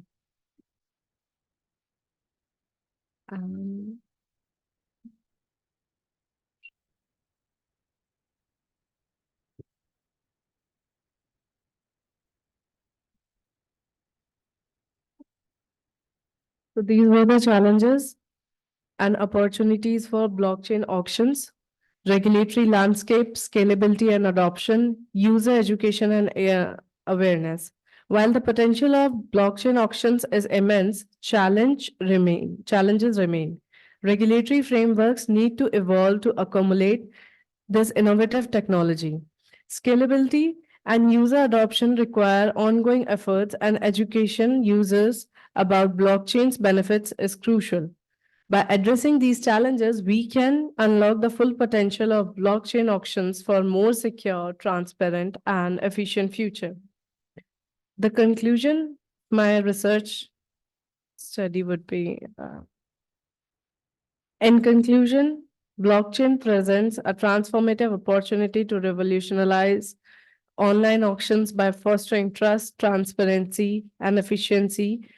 By leveraging its core principle and addressing these regulatory hurdles, scalability challenges, and user education, which are key to wider adoption and realizing the full potential of this technology.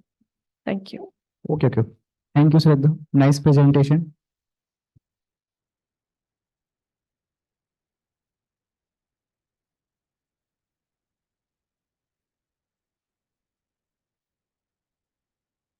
Moving on to the next paper ID, we have 161.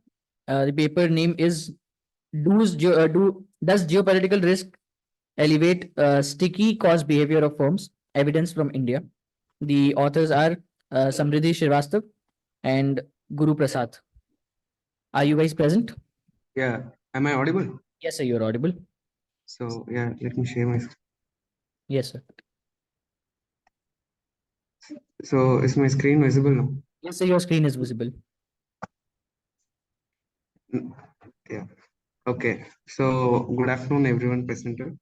I am Guru Prasad and I'm here with my teammate Samriddhi to present on our research paper. So our topic is, does geopolitical risk elevate sticky cost behavior of firm? Evidence from India. So starting with the introduction, selling general and administrative costs are sticky means that they rise more when the activities are than they fall. So it is when the revenue falls, the cost increases, and there is the fluctuation in the income. So this tendency is more noticeable when the fall is more than 10%. If it is less than the 10%, it might not be that much visible. So coming to the geopolitical risk might arise due to threat of war and terrorist military attacks and dispute between international relationship, etc. So geopolitical risk is not only faced by the government, but also the companies and individuals. So the relationship between geopolitical risk and sticky cost behavior is that in uncertain event, firm exhibit more cautious behavior, including the tendency to maintain stable or sticky cost. Firms facing such volatility, yes, sir. For your objective and research gap. Sure. So this is our research gap. So previous researchers have observed that geopolitical risks have negative impact in the firm's outcomes. So our research is the one to discover that geopolitical risk actually encourages the firms to take cost management practices in order to reduce the risk of bankruptcy. So further will be continued by my teammate Samriddhi.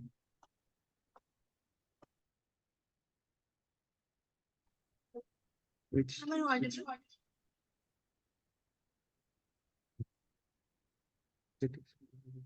Yeah. So the objective of the study is to study the impact of geopolitical risk on the sticky cost behavior of firms. Coming on the methodology, the goal of a research requires us to examine how the cost behavior of firms changes over time. So we have utilized the empirical models to study this. So the first equation is delta log cost is equals to alpha plus beta 1 delta log sales plus beta 2 declining dummy into delta log sales plus beta 3 GPR dummy into delta log sales plus beta 4 GPR dummy into declining dummy into delta log sales. Now we have used logs because it allows us to interpret coefficient as elasticities. We have used dummy variables which so that it allows us to segregate a continuous variable such as sales or GPR into increasing or decreasing component. In cases where declining dummy is assigned a value of 1, it indicates that a firm's sale is lesser in the current year as compared to the previous year. If it is assigned the value of 0, it means the sales did not decrease. Similarly, GPR dummy is assigned a value of 1 when the GPR is higher compared to the previous year and 0 otherwise. When declining dummy is equal to 0, it indicates an increase in sales. The coefficient beta 1 represents the percentage change in cost resulting from a 1% increase in sales. Conversely, when declining dummy is equal to 1, it implies a decrease in sales. In this situation, the sum of coefficient is beta 1 and beta 2. That is beta 1 plus beta 2, which measures the percentage change in cost due to a 1% decrease in sales.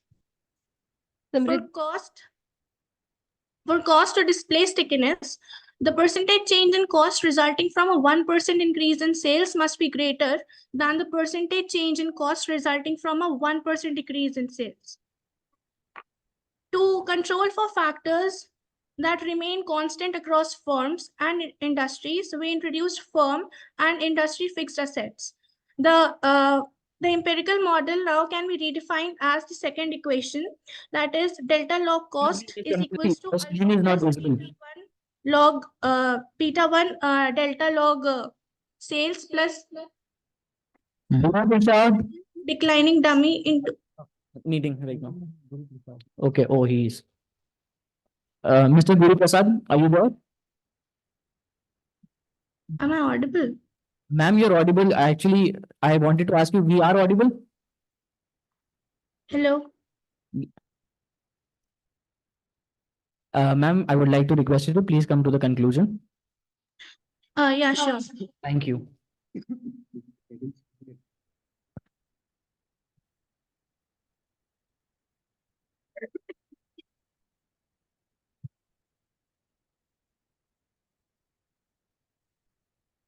So the conclusion of our study is that the findings have important implications for policymakers, and we demonstrated that financial constraint diminished the effectiveness of GPR in moderating a firm's sticky cost behavior. Our research reveals that GPR increases, as GPR increases, the firms experience a decrease in their sticky cost behavior. Samriti, can you explain equation 1 in theoretical terms? Yes, sir.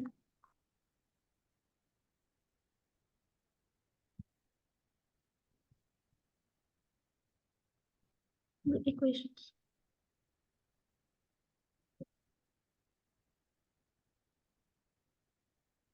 So, sir,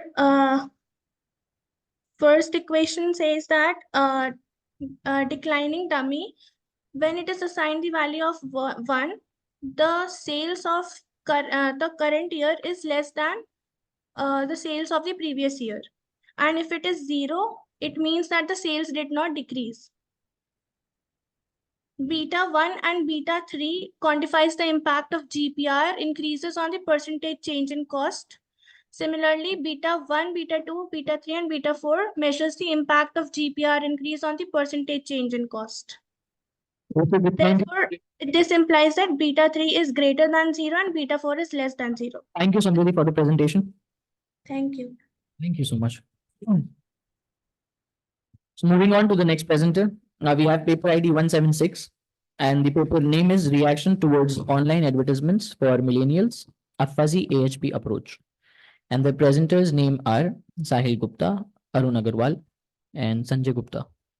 Are you guys present? I'm repeating the names. Sahil Gupta, Arun Agarwal. Are you guys present? As these guys are not present, we are moving to the next paper ID, that is paper ID 142, and the paper name is Interaction of Sustainability Index and Stock Market Index using ARIMA and TBAT's approach. The authors are Shrija Rajesh and Dr. Shalini. Hi, this is Shalini. I hope I'm audible to you all. Yes, ma'am, you're audible. Yeah, so good evening to one and all present here. This is Dr. Shalini, and I'm going to present a paper with my co-author, that is Shankar Narayana, Rajesh Shankar Narayana. He is also present over here, and I would be presenting the paper now. Okay. So our paper is on the interaction of sustainability index and stock market index using ARIMA and TBAT's approach.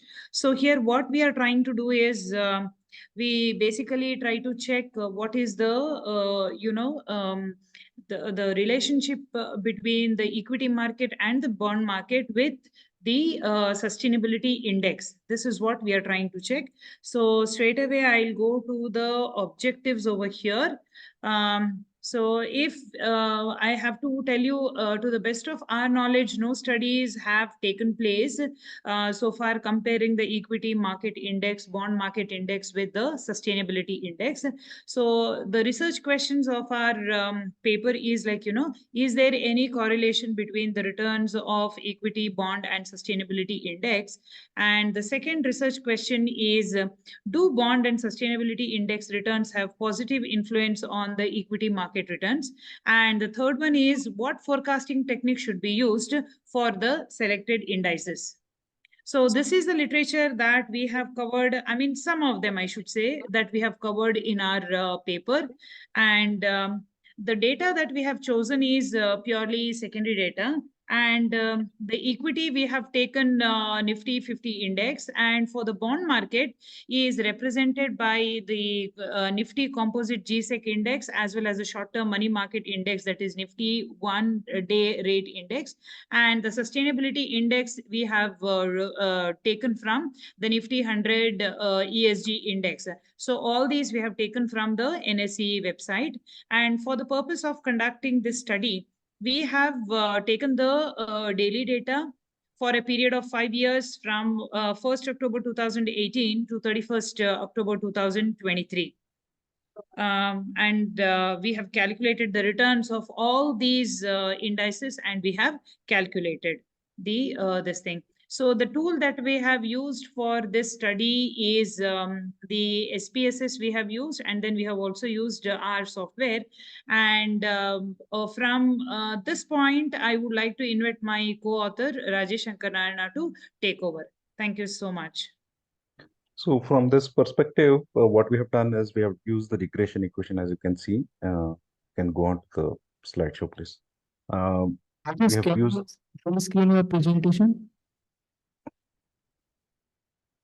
Yeah, so the regression equation that we have used is we're trying to see the impact on Nifty based on the daily movements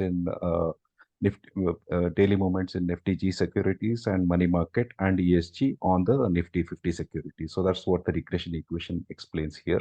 If we go to the next slide, so the hypothesis that we are trying to validate is that there is no significant relationship between, this is the null hypothesis that we have considered, that there is no significant relationship between the four returns that we are considering of Nifty, GSEC, money market, and sustainability.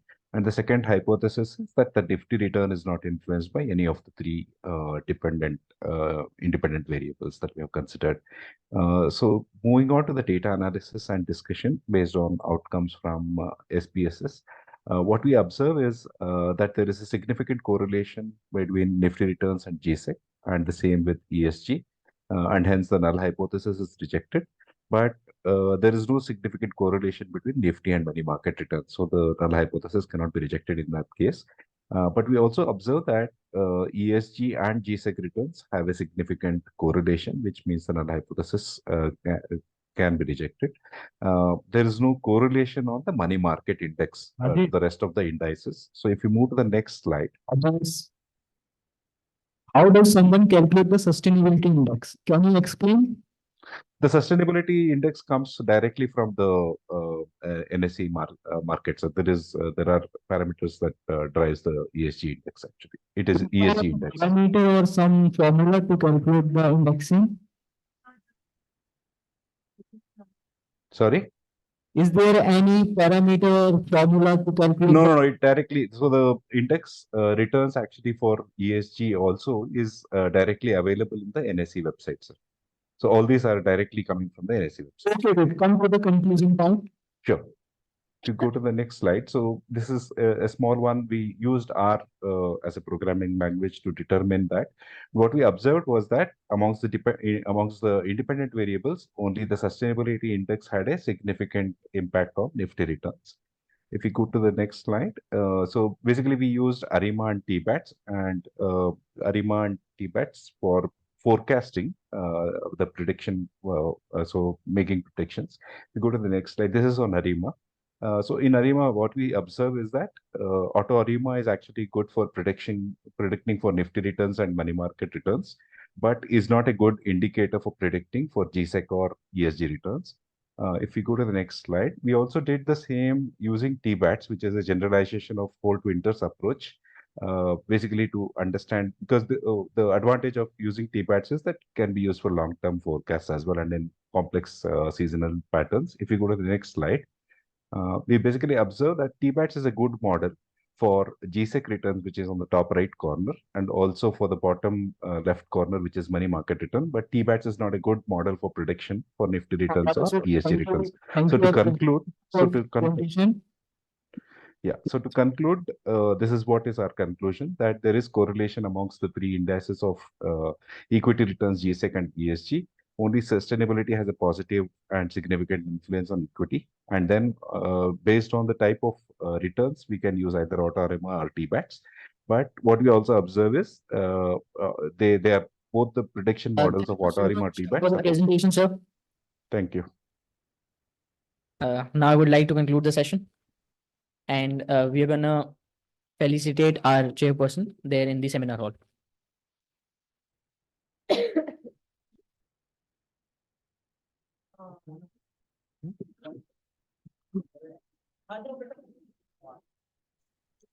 Is it over? Shall I close the session?